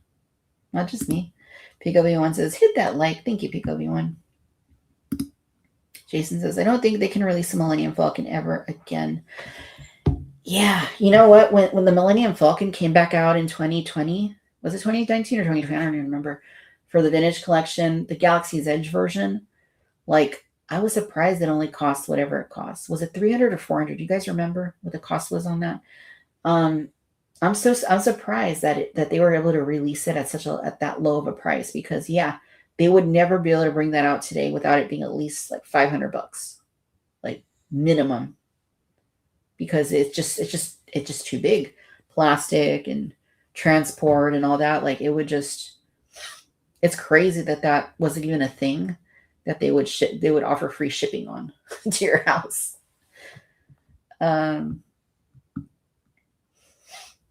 Let's see here. Thank you, Adam. I see your confirmations here. Appreciate it. Britt says, hard to imagine them trying to Kennerify a TVC Chewbacca. I feel like he just looked naked. Yeah, because he wouldn't have any shading or highlighting on him, right? He would just be like a flat, like a brown. He'd look like a little piece of wood. Like a little piece of wood. 17.28. How are you doing? Hey, everybody. Yes, I would love an entirely new X-Wing. I think that's a consensus this evening, is that most of us would like to see a new X-Wing. And I think it's time. The last one, this one has served its purpose. I wouldn't be surprised if this is the last time we ever see this X-Wing, honestly. And they recently did another run of Merrick, I was going to say Merrick Garland, of, what was his name? Merrick's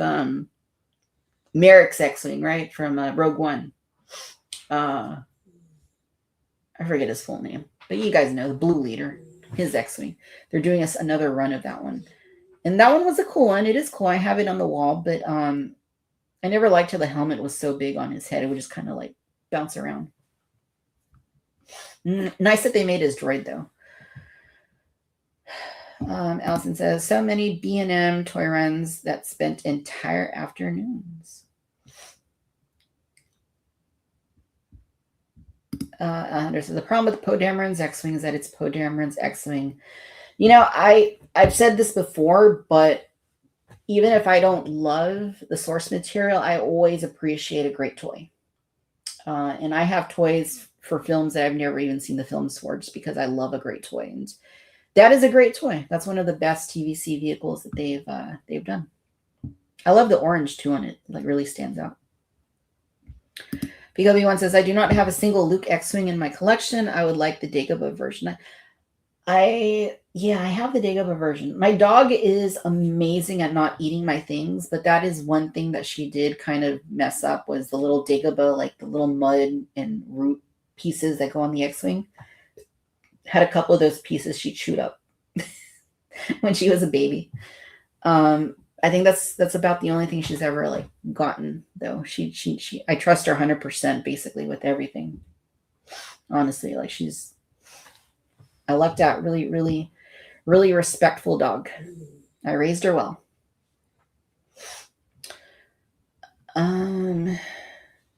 This is a good point. Luke Skywalker, the Darth Vader tie cost me over $200. Okay, so I'm assuming you mean the recently released Darth Vader's advanced TIE fighter. A new X-Wing would probably be $400 now. So this is a great point because we have to remember we're all here. We're talking about wanting a new X-Wing. If a repaint of a 25-year-old X-Wing costs us $139, you have to bear in mind that a brand new sculpted X-Wing is going to cost a lot more than that. And I think I agree with this. I agree with Lou's estimate that $200. I think that would be the minimum. And that's not what, that's a risk. I mean, are we comfortable with the X-Wings we have, or would we pay $200 plus for a brand new sculpted X-Wing? I mean, that's a question that I'm sure Hasbro will wrestle with when the time comes. Because prices, as we know, are not going down on anything; they're going up, and costs are just increasing all across the board. At Comic-Con, they said, "Hey, Victoria, if we waited on the Republic gunship and did it this year instead, you would have been looking at a much higher price than what it was." So, I mean, yeah, it's just things have changed a lot in manufacturing and in shipping and in oil and plastic and all of it's very expensive to manufacture things unless you control your own means of production for like Mattel does with a lot of their product. Then it's very hard to contain prices at a palatable level, and I think that's something we forget. You know, things are very expensive, especially Star Wars, right? Because you think about licensing and the most expensive license, and it's very high. It's very high. It's about a quarter of the price. So if you're going to recoup your R&D, you're going to recoup. You want to get some money back on find a low cost to transport and have stores still be able to recoup some cost on top of what the manufacturer produces for, then yeah, prices are just going to go up. And it's I think the next 5 to 10 years are going to be really interesting in terms of collecting, because, and this isn't a thing exclusive to Hasbro, it's affecting many other companies, but I think it's going to be very interesting to see how this hobby evolves. Or does it evolve? Does it die? Does it go away? Does it become something else entirely? Like, I don't know. It's going to be very interesting. I don't see costs coming down. I mean, I think they're going to keep going up. And how does the consumer deal with that? As a lifelong collector, as somebody who's been buying, since you were a child, collecting since the 70s, the 80s, the 90s, whenever it was, at what point are we priced out? At what point do we say, hey, it was nice while it lasted, but we're out? Like, I don't know. I really don't know. I do think it's fair to assume that the people that are buying toys now, the people that have a strong relationship with collecting and with the hobby, are people that enjoy it because when they were children, they had a lot of these toys. They loved collecting. They have the nostalgia. They saw the Saturday morning TV shows. They saw the films. They had the VHS copies.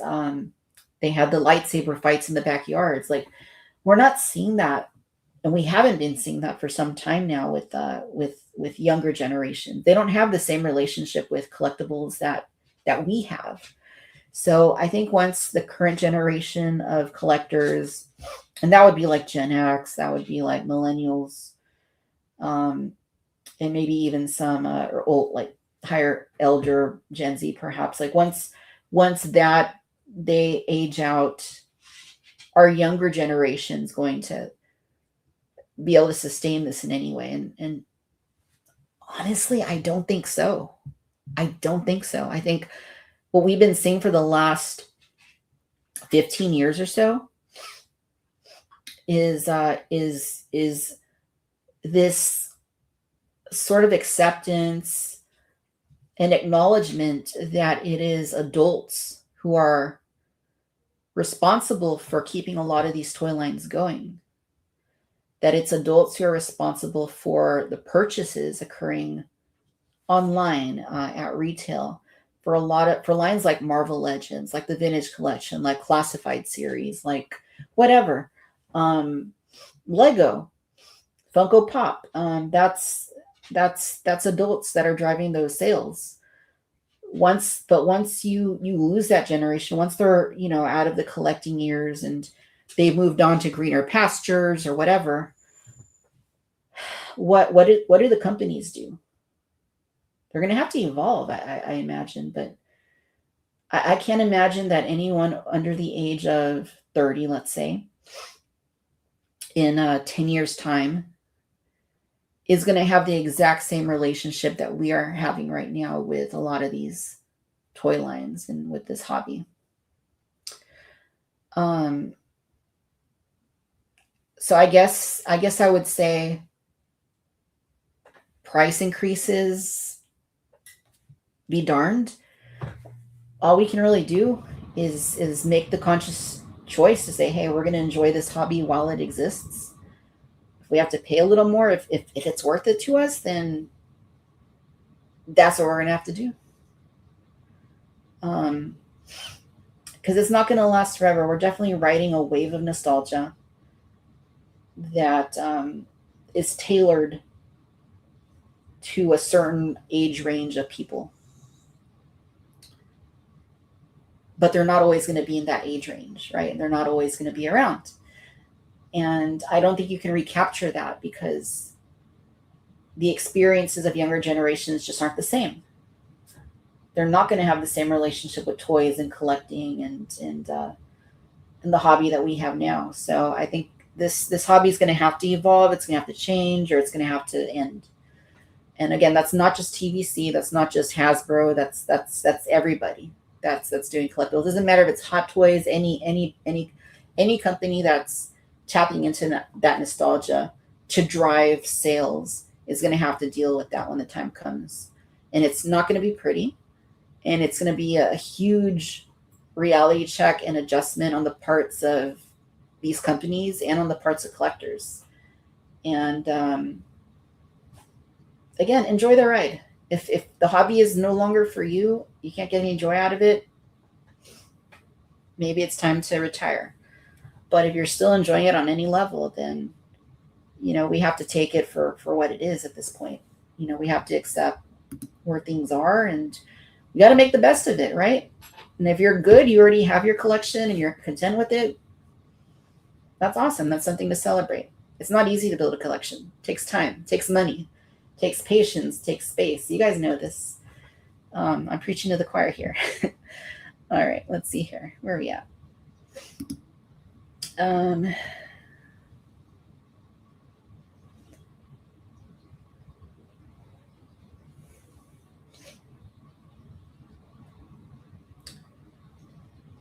Just kind of reading through the comments here for just a moment.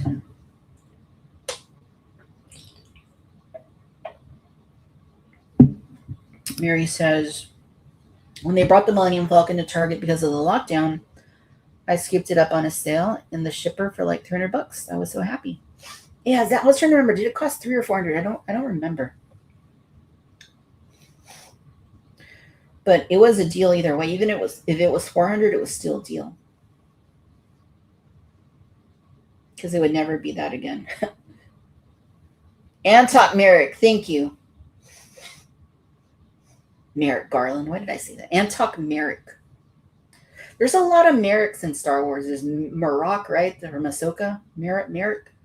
There's Galen Merrick, right? He was that was Starkiller's actual name. Antok Merrick. Why are there so many Merricks in Star Wars? Like, honestly, like, can somebody answer this? Why are there so many Merricks in Star Wars? Dachin says, I get it with some toy companies, it's a gamble or hit and miss with figures, but man, how do you survive at a time with inflation when you want to support them but not drop over $400? That is, that's the thing. Allison says, the thing hurting Hasbro Star Wars is the mouse's licensing fees. Yes, but you got to remember, the licensing fees have always been the highest, even pre-Disney. Are they higher now? Yeah, but not by leaps and bounds. By single digits, but not by leaps and bounds.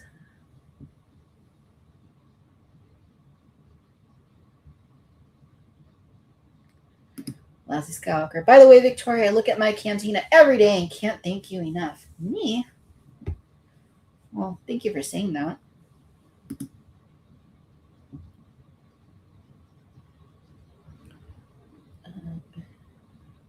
Yes, they are re-releasing Antok Merrick's X-Wing. I think you can pre-order on Entertainment Earth, perhaps, or Big Bad Toy Store, one of those stores. Would love a black repaint of Poe's X-Wing. Yeah, low-hanging fruit, but they're not gonna. They're probably not gonna do that because of the source material. Crime. Brent says the crime with Poe's X-Wing's BB-8 wasn't released in TVC proper. That is still a crime. I would still love to see BB-8 in TVC. I think everybody. I think we all like BB-8, right? Like we can all. I think everybody can agree that BB-8 is cool, right? So, yeah, I think we need BB-8 in TVC. The one they did in the 5POA line, it's not bad, but it's not great either. Imagine it with more detailed paint, with some plug-in accessories. But you know what? I'll bet that Disney would do that with their Builder Droids before Hasbro would. But I would like a proper TVC BB-8 because I think that is definitely something that they should do.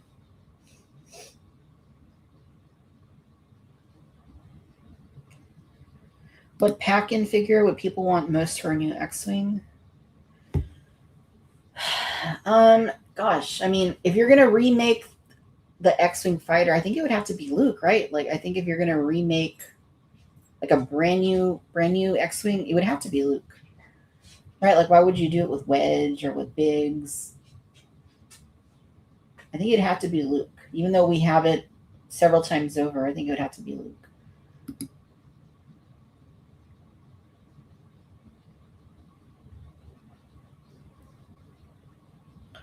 Rick says, what's going to be interesting after January 2027 is we are about to see tons of vehicles as the New Republic takes on Thrawn. That trailer was absolute fire. What will that mean for new vehicles? That's a good question. What will it mean?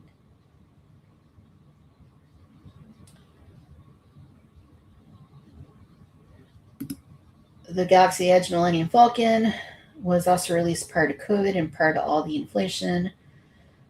That is a good point, 17.28. That's part of the reason that it was as low as it was. And Omdom says it was $400.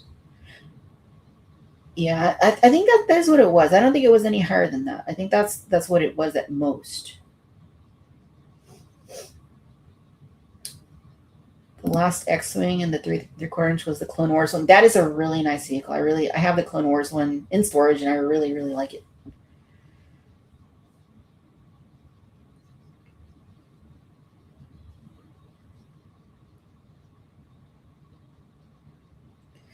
Good point here from Brent. That's the issue. TVC is starved for new stuff, so even if this doesn't take up a slot, that doesn't sit right with the community. Yeah, that's fair. That's very fair.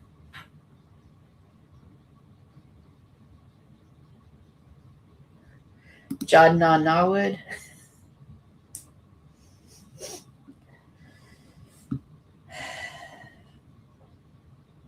That's what does Steve call those? Orphans. Figures that don't interact with anything whatsoever.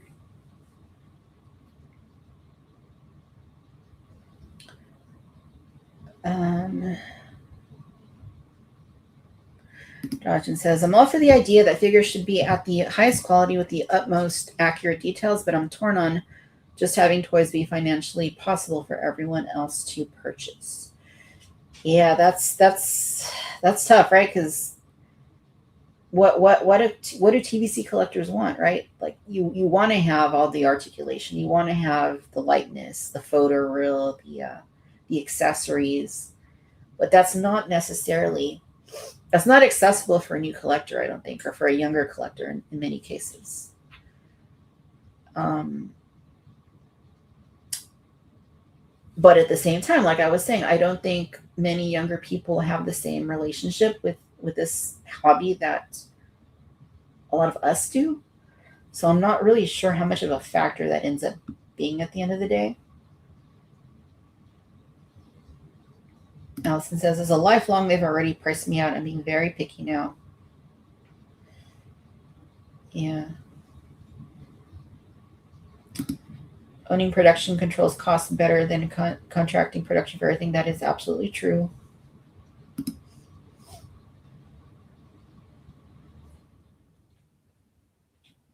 PW1, I think our options are diminishing. There may not be much in the future. Yep.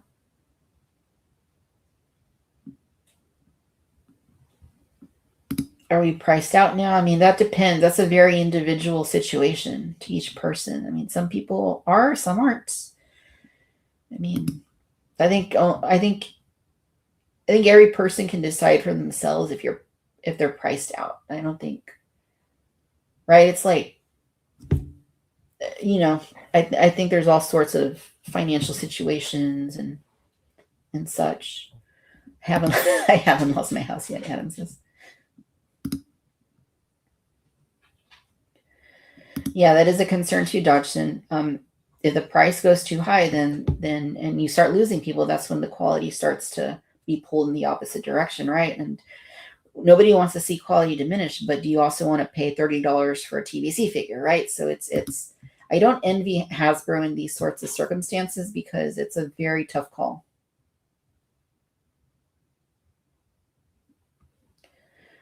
Ozzy Skywalker says, I'm out. I'll buy C-3PO and that's it. Been priced out. I wonder if Disney will do a Build-A-Droid C-3PO. I mean, because they're doing an R2. I mean, right? You would think they would do, they might do a C-3PO. I don't know. Maybe they won't. Brent says, I am slowing down due to pricing and space. The combination is what will make me stop altogether. Yeah, that's kind of where I'm at too, Brent. I'm not buying TVC at the rate that I was a few years back. I still buy my carded sample when it's a mass released figure. I still buy my opener, but I don't build the armies out as big as I used to, like for the clones or the separatists or whatever. And I also don't buy like an extra carded sample if it's like the Ore, for example, because it's like I'm not going to pay $80 just to get a carded sample of that figure. But again, your mileage may vary. Some people might. Rick says this is a great conversation. Well, thank you. Thank you for being a part of it. Dom says the factory entertainment through the quarter-inch Galactic Battlestar Galactica line is probably a big clue on what the future of collecting looks like. Hopefully not one last hurrah. So I think we need to get through the 50th, you guys. I think that's where we're at. We need to get through the 50th. Next year's going to be very telling. What does the product selection look like? What does the pricing look like? And what happens after the 50th? If 50th is the biggest pop culture celebration of all time, if it is, what happens when that's over? So I'm not looking. Next year will be interesting. 2027 will be really interesting, but I think 2028 will be even more interesting when we're thinking about this sort of along these lines of thinking that I'm talking about, like what happens in the future. Like I think that's going to be the most telling years, not 2027, but 2028. Because once you've gone up here to that 50th, what's next? The 75th? The 100th? Like, sure, we'll celebrate the 55th and the 60th and all that, but then you also have the anniversaries of Empire and Jedi and all those having their 50th. Are those going to be moments as well? Like, there's a lot of stuff to look at. There's a lot of stuff to consider, but the next few years will undoubtedly be very, very, very interesting.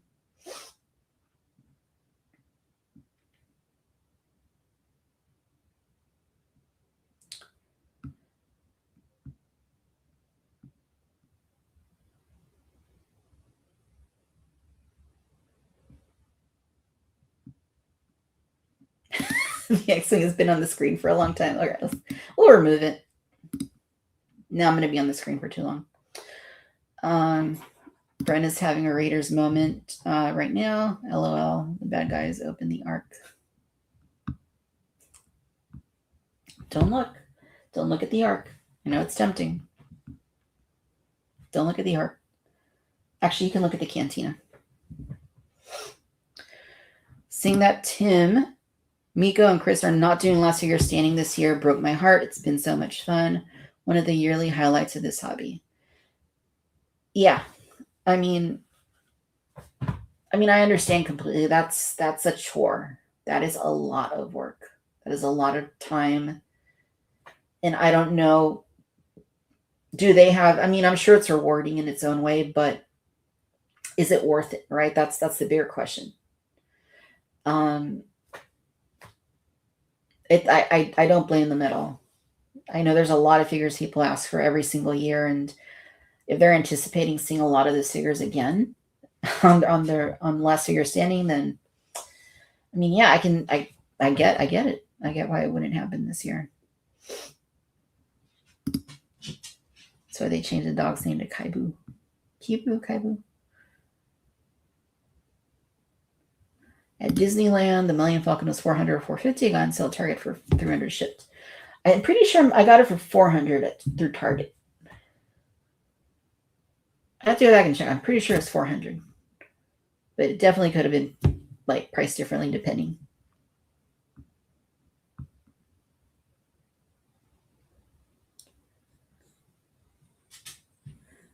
In the Star Wars universe, Merrick is probably a common name like Smith, Lopez, etc. Yeah, could be. Could be. This is TJ. With the price increases, I've gone from getting 2 or 3 of each TVC figure to making decisions on if I get each figure and waiting on getting some figures. That's fair.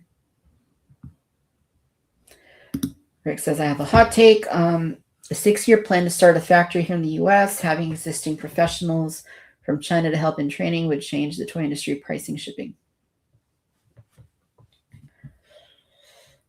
That's not a hot take. I don't think. I think that's a valid idea. But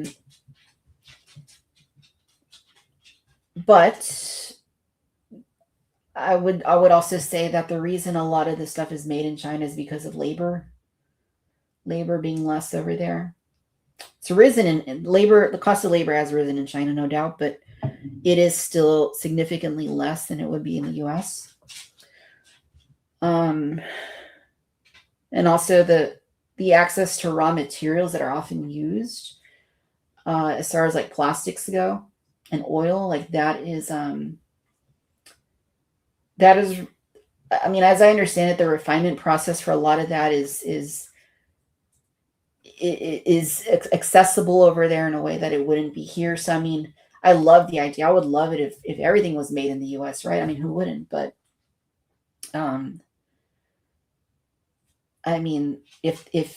if we got there, and maybe we should get there at some point, what will we be looking at, right? For like the cost of a figure, right? If it's $19.99 right now, produced in China, what would the cost be produced in the US? I don't know. Maybe could it still be $19.99? Maybe. Would it most likely be that? No, not the way that things are right now.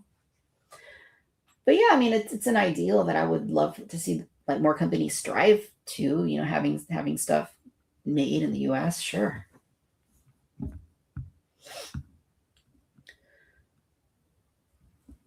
Pack in for the new X-Wing should be an all-new Luke Skywalker. Yeah, that'd be ideal.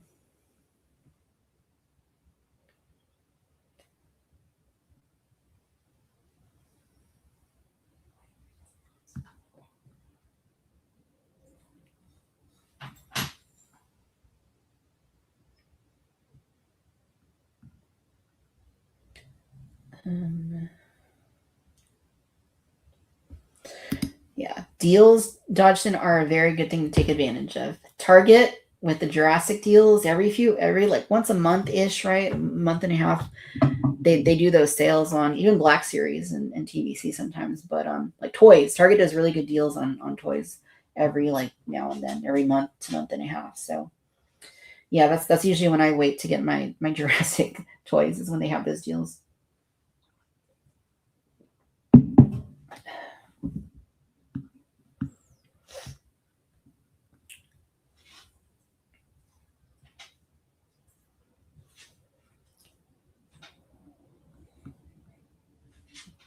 Victoria might know more than I do about what.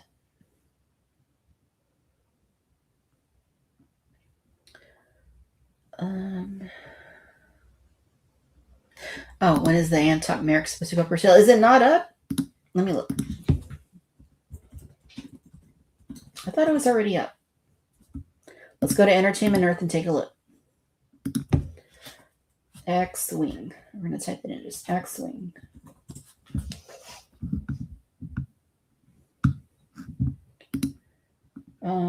I see the Luke Skywalker X-Wing. Not the vintage color one, the old one. That is up. I don't know. Let's go to Yak Face. I think that's where I read it. It was on Yak Face's Instagram. Yak Face will let us know for sure. Here it is. Okay, Antoc Merrick's X-Wing. In case you haven't had your fill of TVC X-Wings, it looks like more shipments of the TVC Antoc Merrick X-Wing with Merrick from 2021 are arriving in the U.S.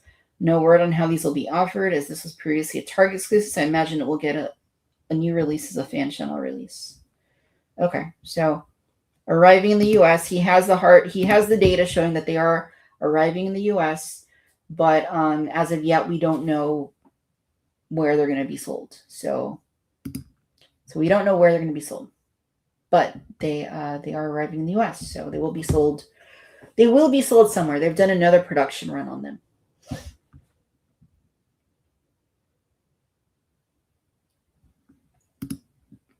Dodson says, I will say I haven't retired and won't retire anytime soon. I do need to purchase more shelf space, though. I don't even have any more room for shelf space. All my my walls are maxed out, you guys. So it's more like curating and rotating the displays, like a museum, like rotating the exhibit from time to time. But yeah, that's where I really feel the pinch isn't so much on like the cost of stuff. It's more like space. Space is a bigger issue for me and has been for some time. So yeah, I'm trying to curate a little bit more. I'm trying to focus a little bit more. And I know I've said that a million times, but like I really am. Like I have to, right? We all have to at a certain point. Allison says, I likely won't be celebrating the 75th at some convention. July through November. Jason says, my question is, why is $25 too much for a TVC figure, but a Black Series figure?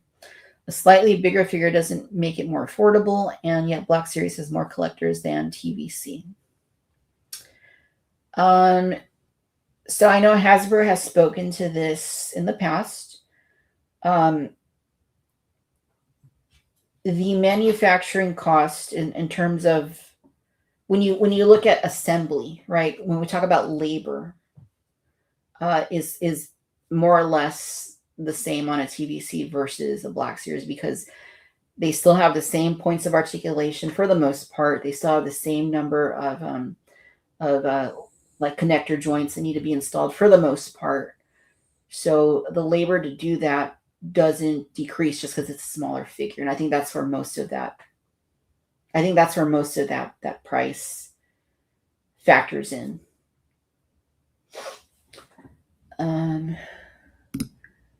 Maybe Yak Face was right. We might be out by default next year. I don't know I don't remember what Yak said about that. Thank you.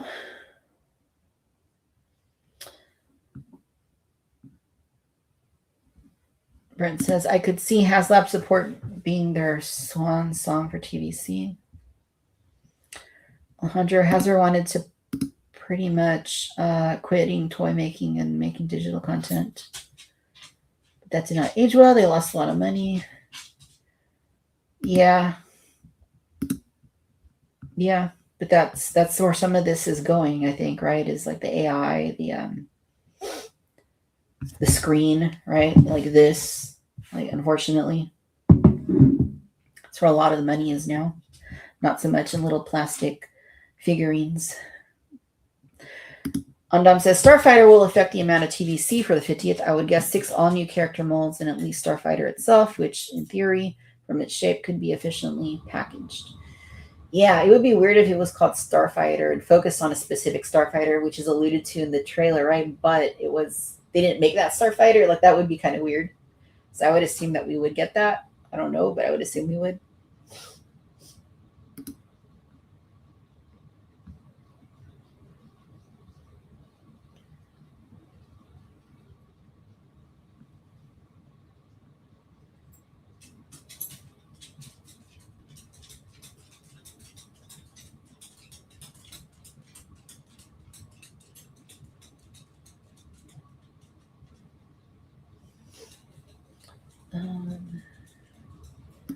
I don't think there's enough TVC fans to justify US-based factory. On Dump says, yeah, that.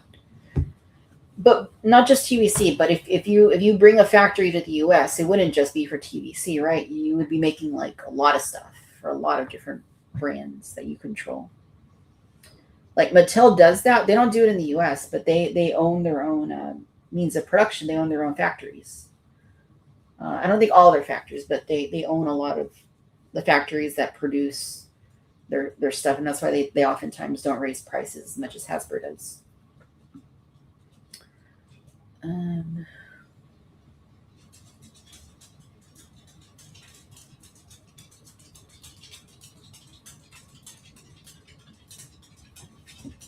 Target has a Star Wars sale going on right now, do they? Let's take a look at that. Mary says, you're right. I paid $418.94 ship, but I went to Target because they had a sale with 30 days and they gave me the discounted price. Good deal. AI cannot replace the joy and wonder that comes in collecting action figures. It never will. I agree with you. But that is true for us. That is true for collectors of our age, caliber, level of engagement with this hobby. I don't think that's necessarily true of other demographics. So I do think that is where things are going.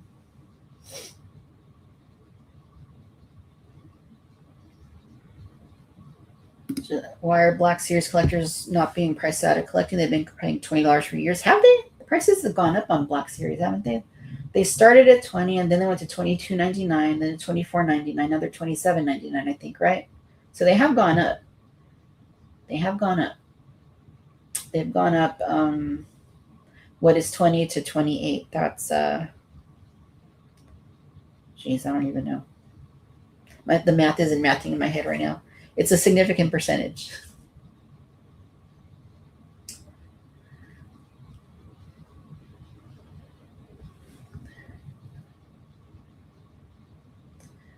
More value in a 6-inch figure? Yeah, I mean, I could definitely see that.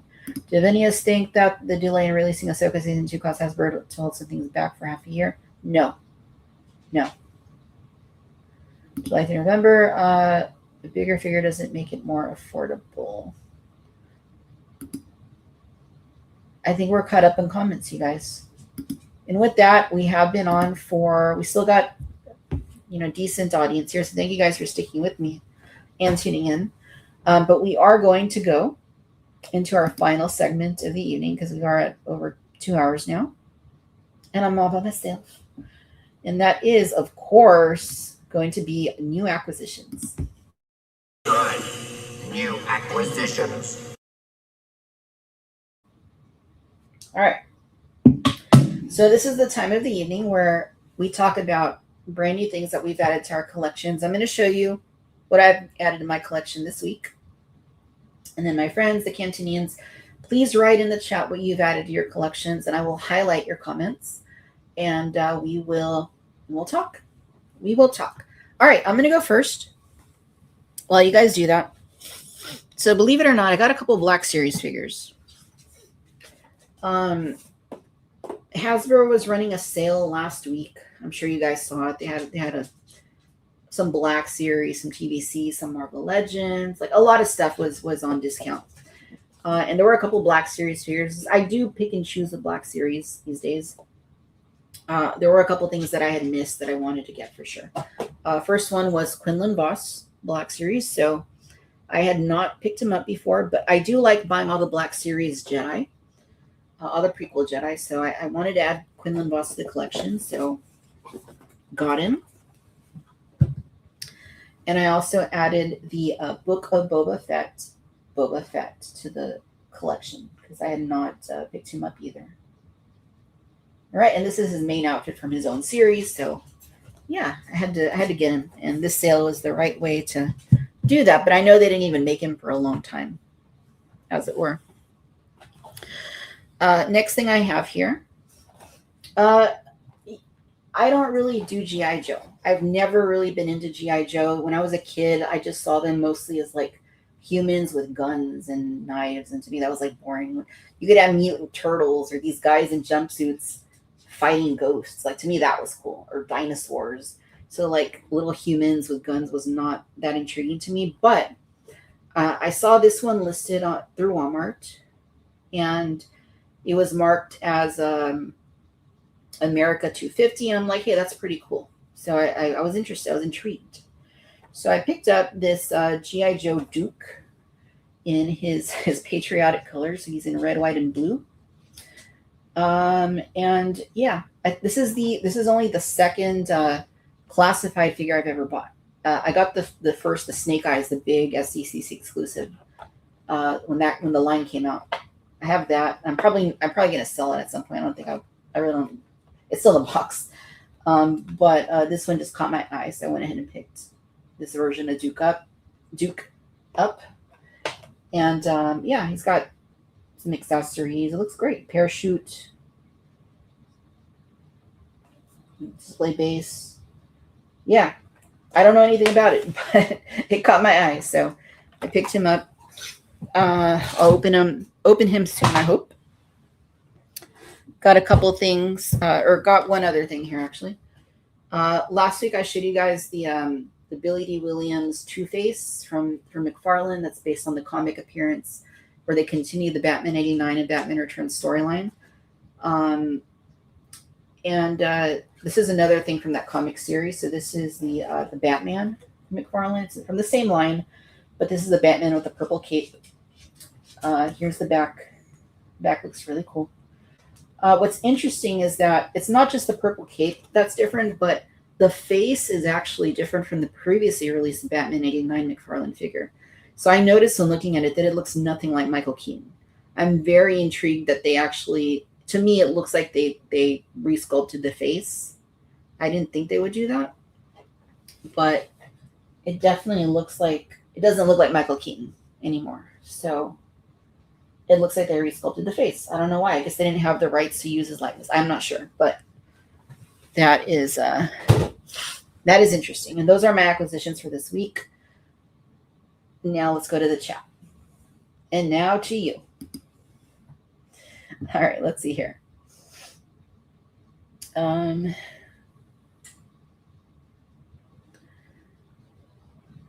Britt says, as a Black Series collector, I've had to cut back on other lines that I'm less invested in. That's fair. New acquisitions. Darth Maximus and Lord Jaw. I have the Asajj Ventress Anakin 2-pack.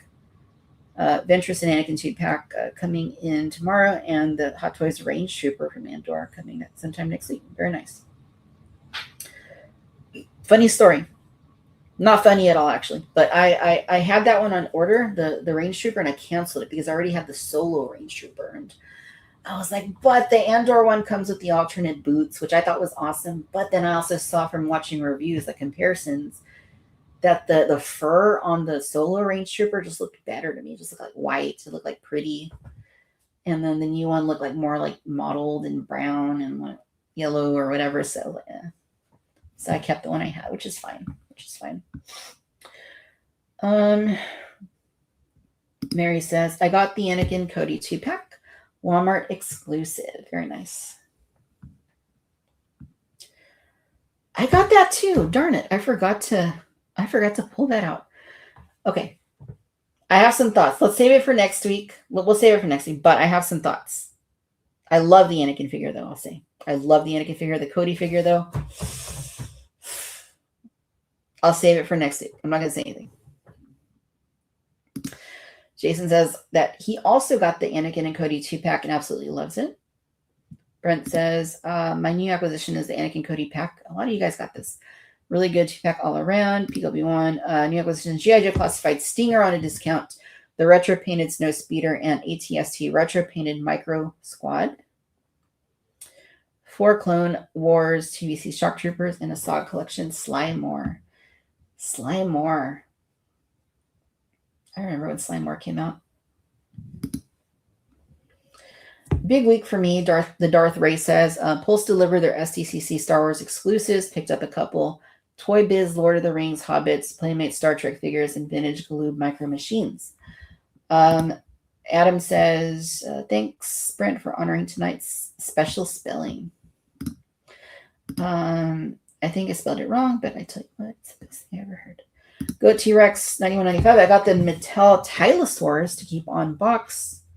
Keep one in box, as well as the Mattel Carcharodontosaurus, released a few years ago, and the Mattel Chronosaurus. Very nice, very nice. Go T-Rex. Dodged in recent pickups at the swap meet. Found a JP Ace plush Dilophosaurus. I did spot a Brachiosaurus, but I passed. And Sunday, I found an incomplete Carter with his bike, but the bike is broken. Lousy Skywalker, just desperately waiting for my Cantina 4-pack, and I ordered a bunch of TVC Sand Troopers. Nice. Britt says, big haul, Black Series ATRT, Professor X Marvel Legends, Black Series R2 Droids version, Black Series Imperial Warlord, Anime Heroes, Nami and Gear 5, Luffy from One Piece, Total Anime Kafka Kaiju number 8, and Gabimaru Hell's Paradise. Very cool. It's a good haul. Adam says, I just received a few things this week. The D23 Droid, Black Series Halloween Mon Calamari, and the SDC6 is a Ben Cooper glow-in-the-dark mummy figure. Very nice. Alex says, I received my exclusive G.I. Joe Classified 2-pack Ninja Force Scarlet and T-Bang. I don't know if I'm saying that right. And Star Wars The Black Series Droid Stormtrooper, and I was notified that my HasLab G.I. Joe Classified Snowcat is coming. Ooh, that'll be really cool. This is TJ. Got the Cave and Muff Tech pack. Ooh, okay, now we're talking. That's old school. The Laura's Matic, the very first fan choice figure. The C-3PO Droids Adventure you showed earlier, and a Halloween Droid Factory 4-pack, all for $15. Really? That's a deal.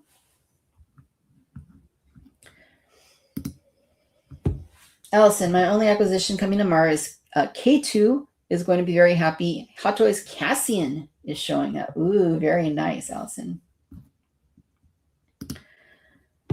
Goat T-Rex says, I also got the new Mattel Reimagined Allosaurus, the one based off the Hasbro Allosaurus Assault. Are you going to get this Reimagined Allosaurus? You got that already? I thought it was only for pre-order. How did you get that already? But yeah, eventually I will get it when it goes on sale. I'm not going to pay full price for that one. Also, the Anakin Cody came in too. My Asajj Anakin pack is on the way through Pony Express. Lousy Skywalker. I finally got a Kenner Anakin for a good price the other day. Cool. PW1, just say it. Cody sucks. Well, Cody doesn't suck, but there's an aspect of him that's really frustrating. Anakin is definitive. Cody could be better, Brent says. Pathfinder Bill, not much this week, except vintage parts for restoring a Cobra Terror Dome, a vintage 1982 G.I. Joe puzzle, and comics. Lousy Skywalker, Anakin Cody pre-order got canceled and Visa refunded. Oh, well, the good thing is though it is still up for order. I think it's in stock for shipping. I believe last I saw. I don't know that it's still for pre-order. I think it was in stock last I saw it. So if you still need it, still there. PW1 says awesome night, you guys. I agree. Dodgson. Okay, y'all, closing the soda fountain early. It's been another successful night here at the Cantina. Good night. Okay, thank you, Dawson. We appreciate you very much. Thank you for your tending of the soda fountain services.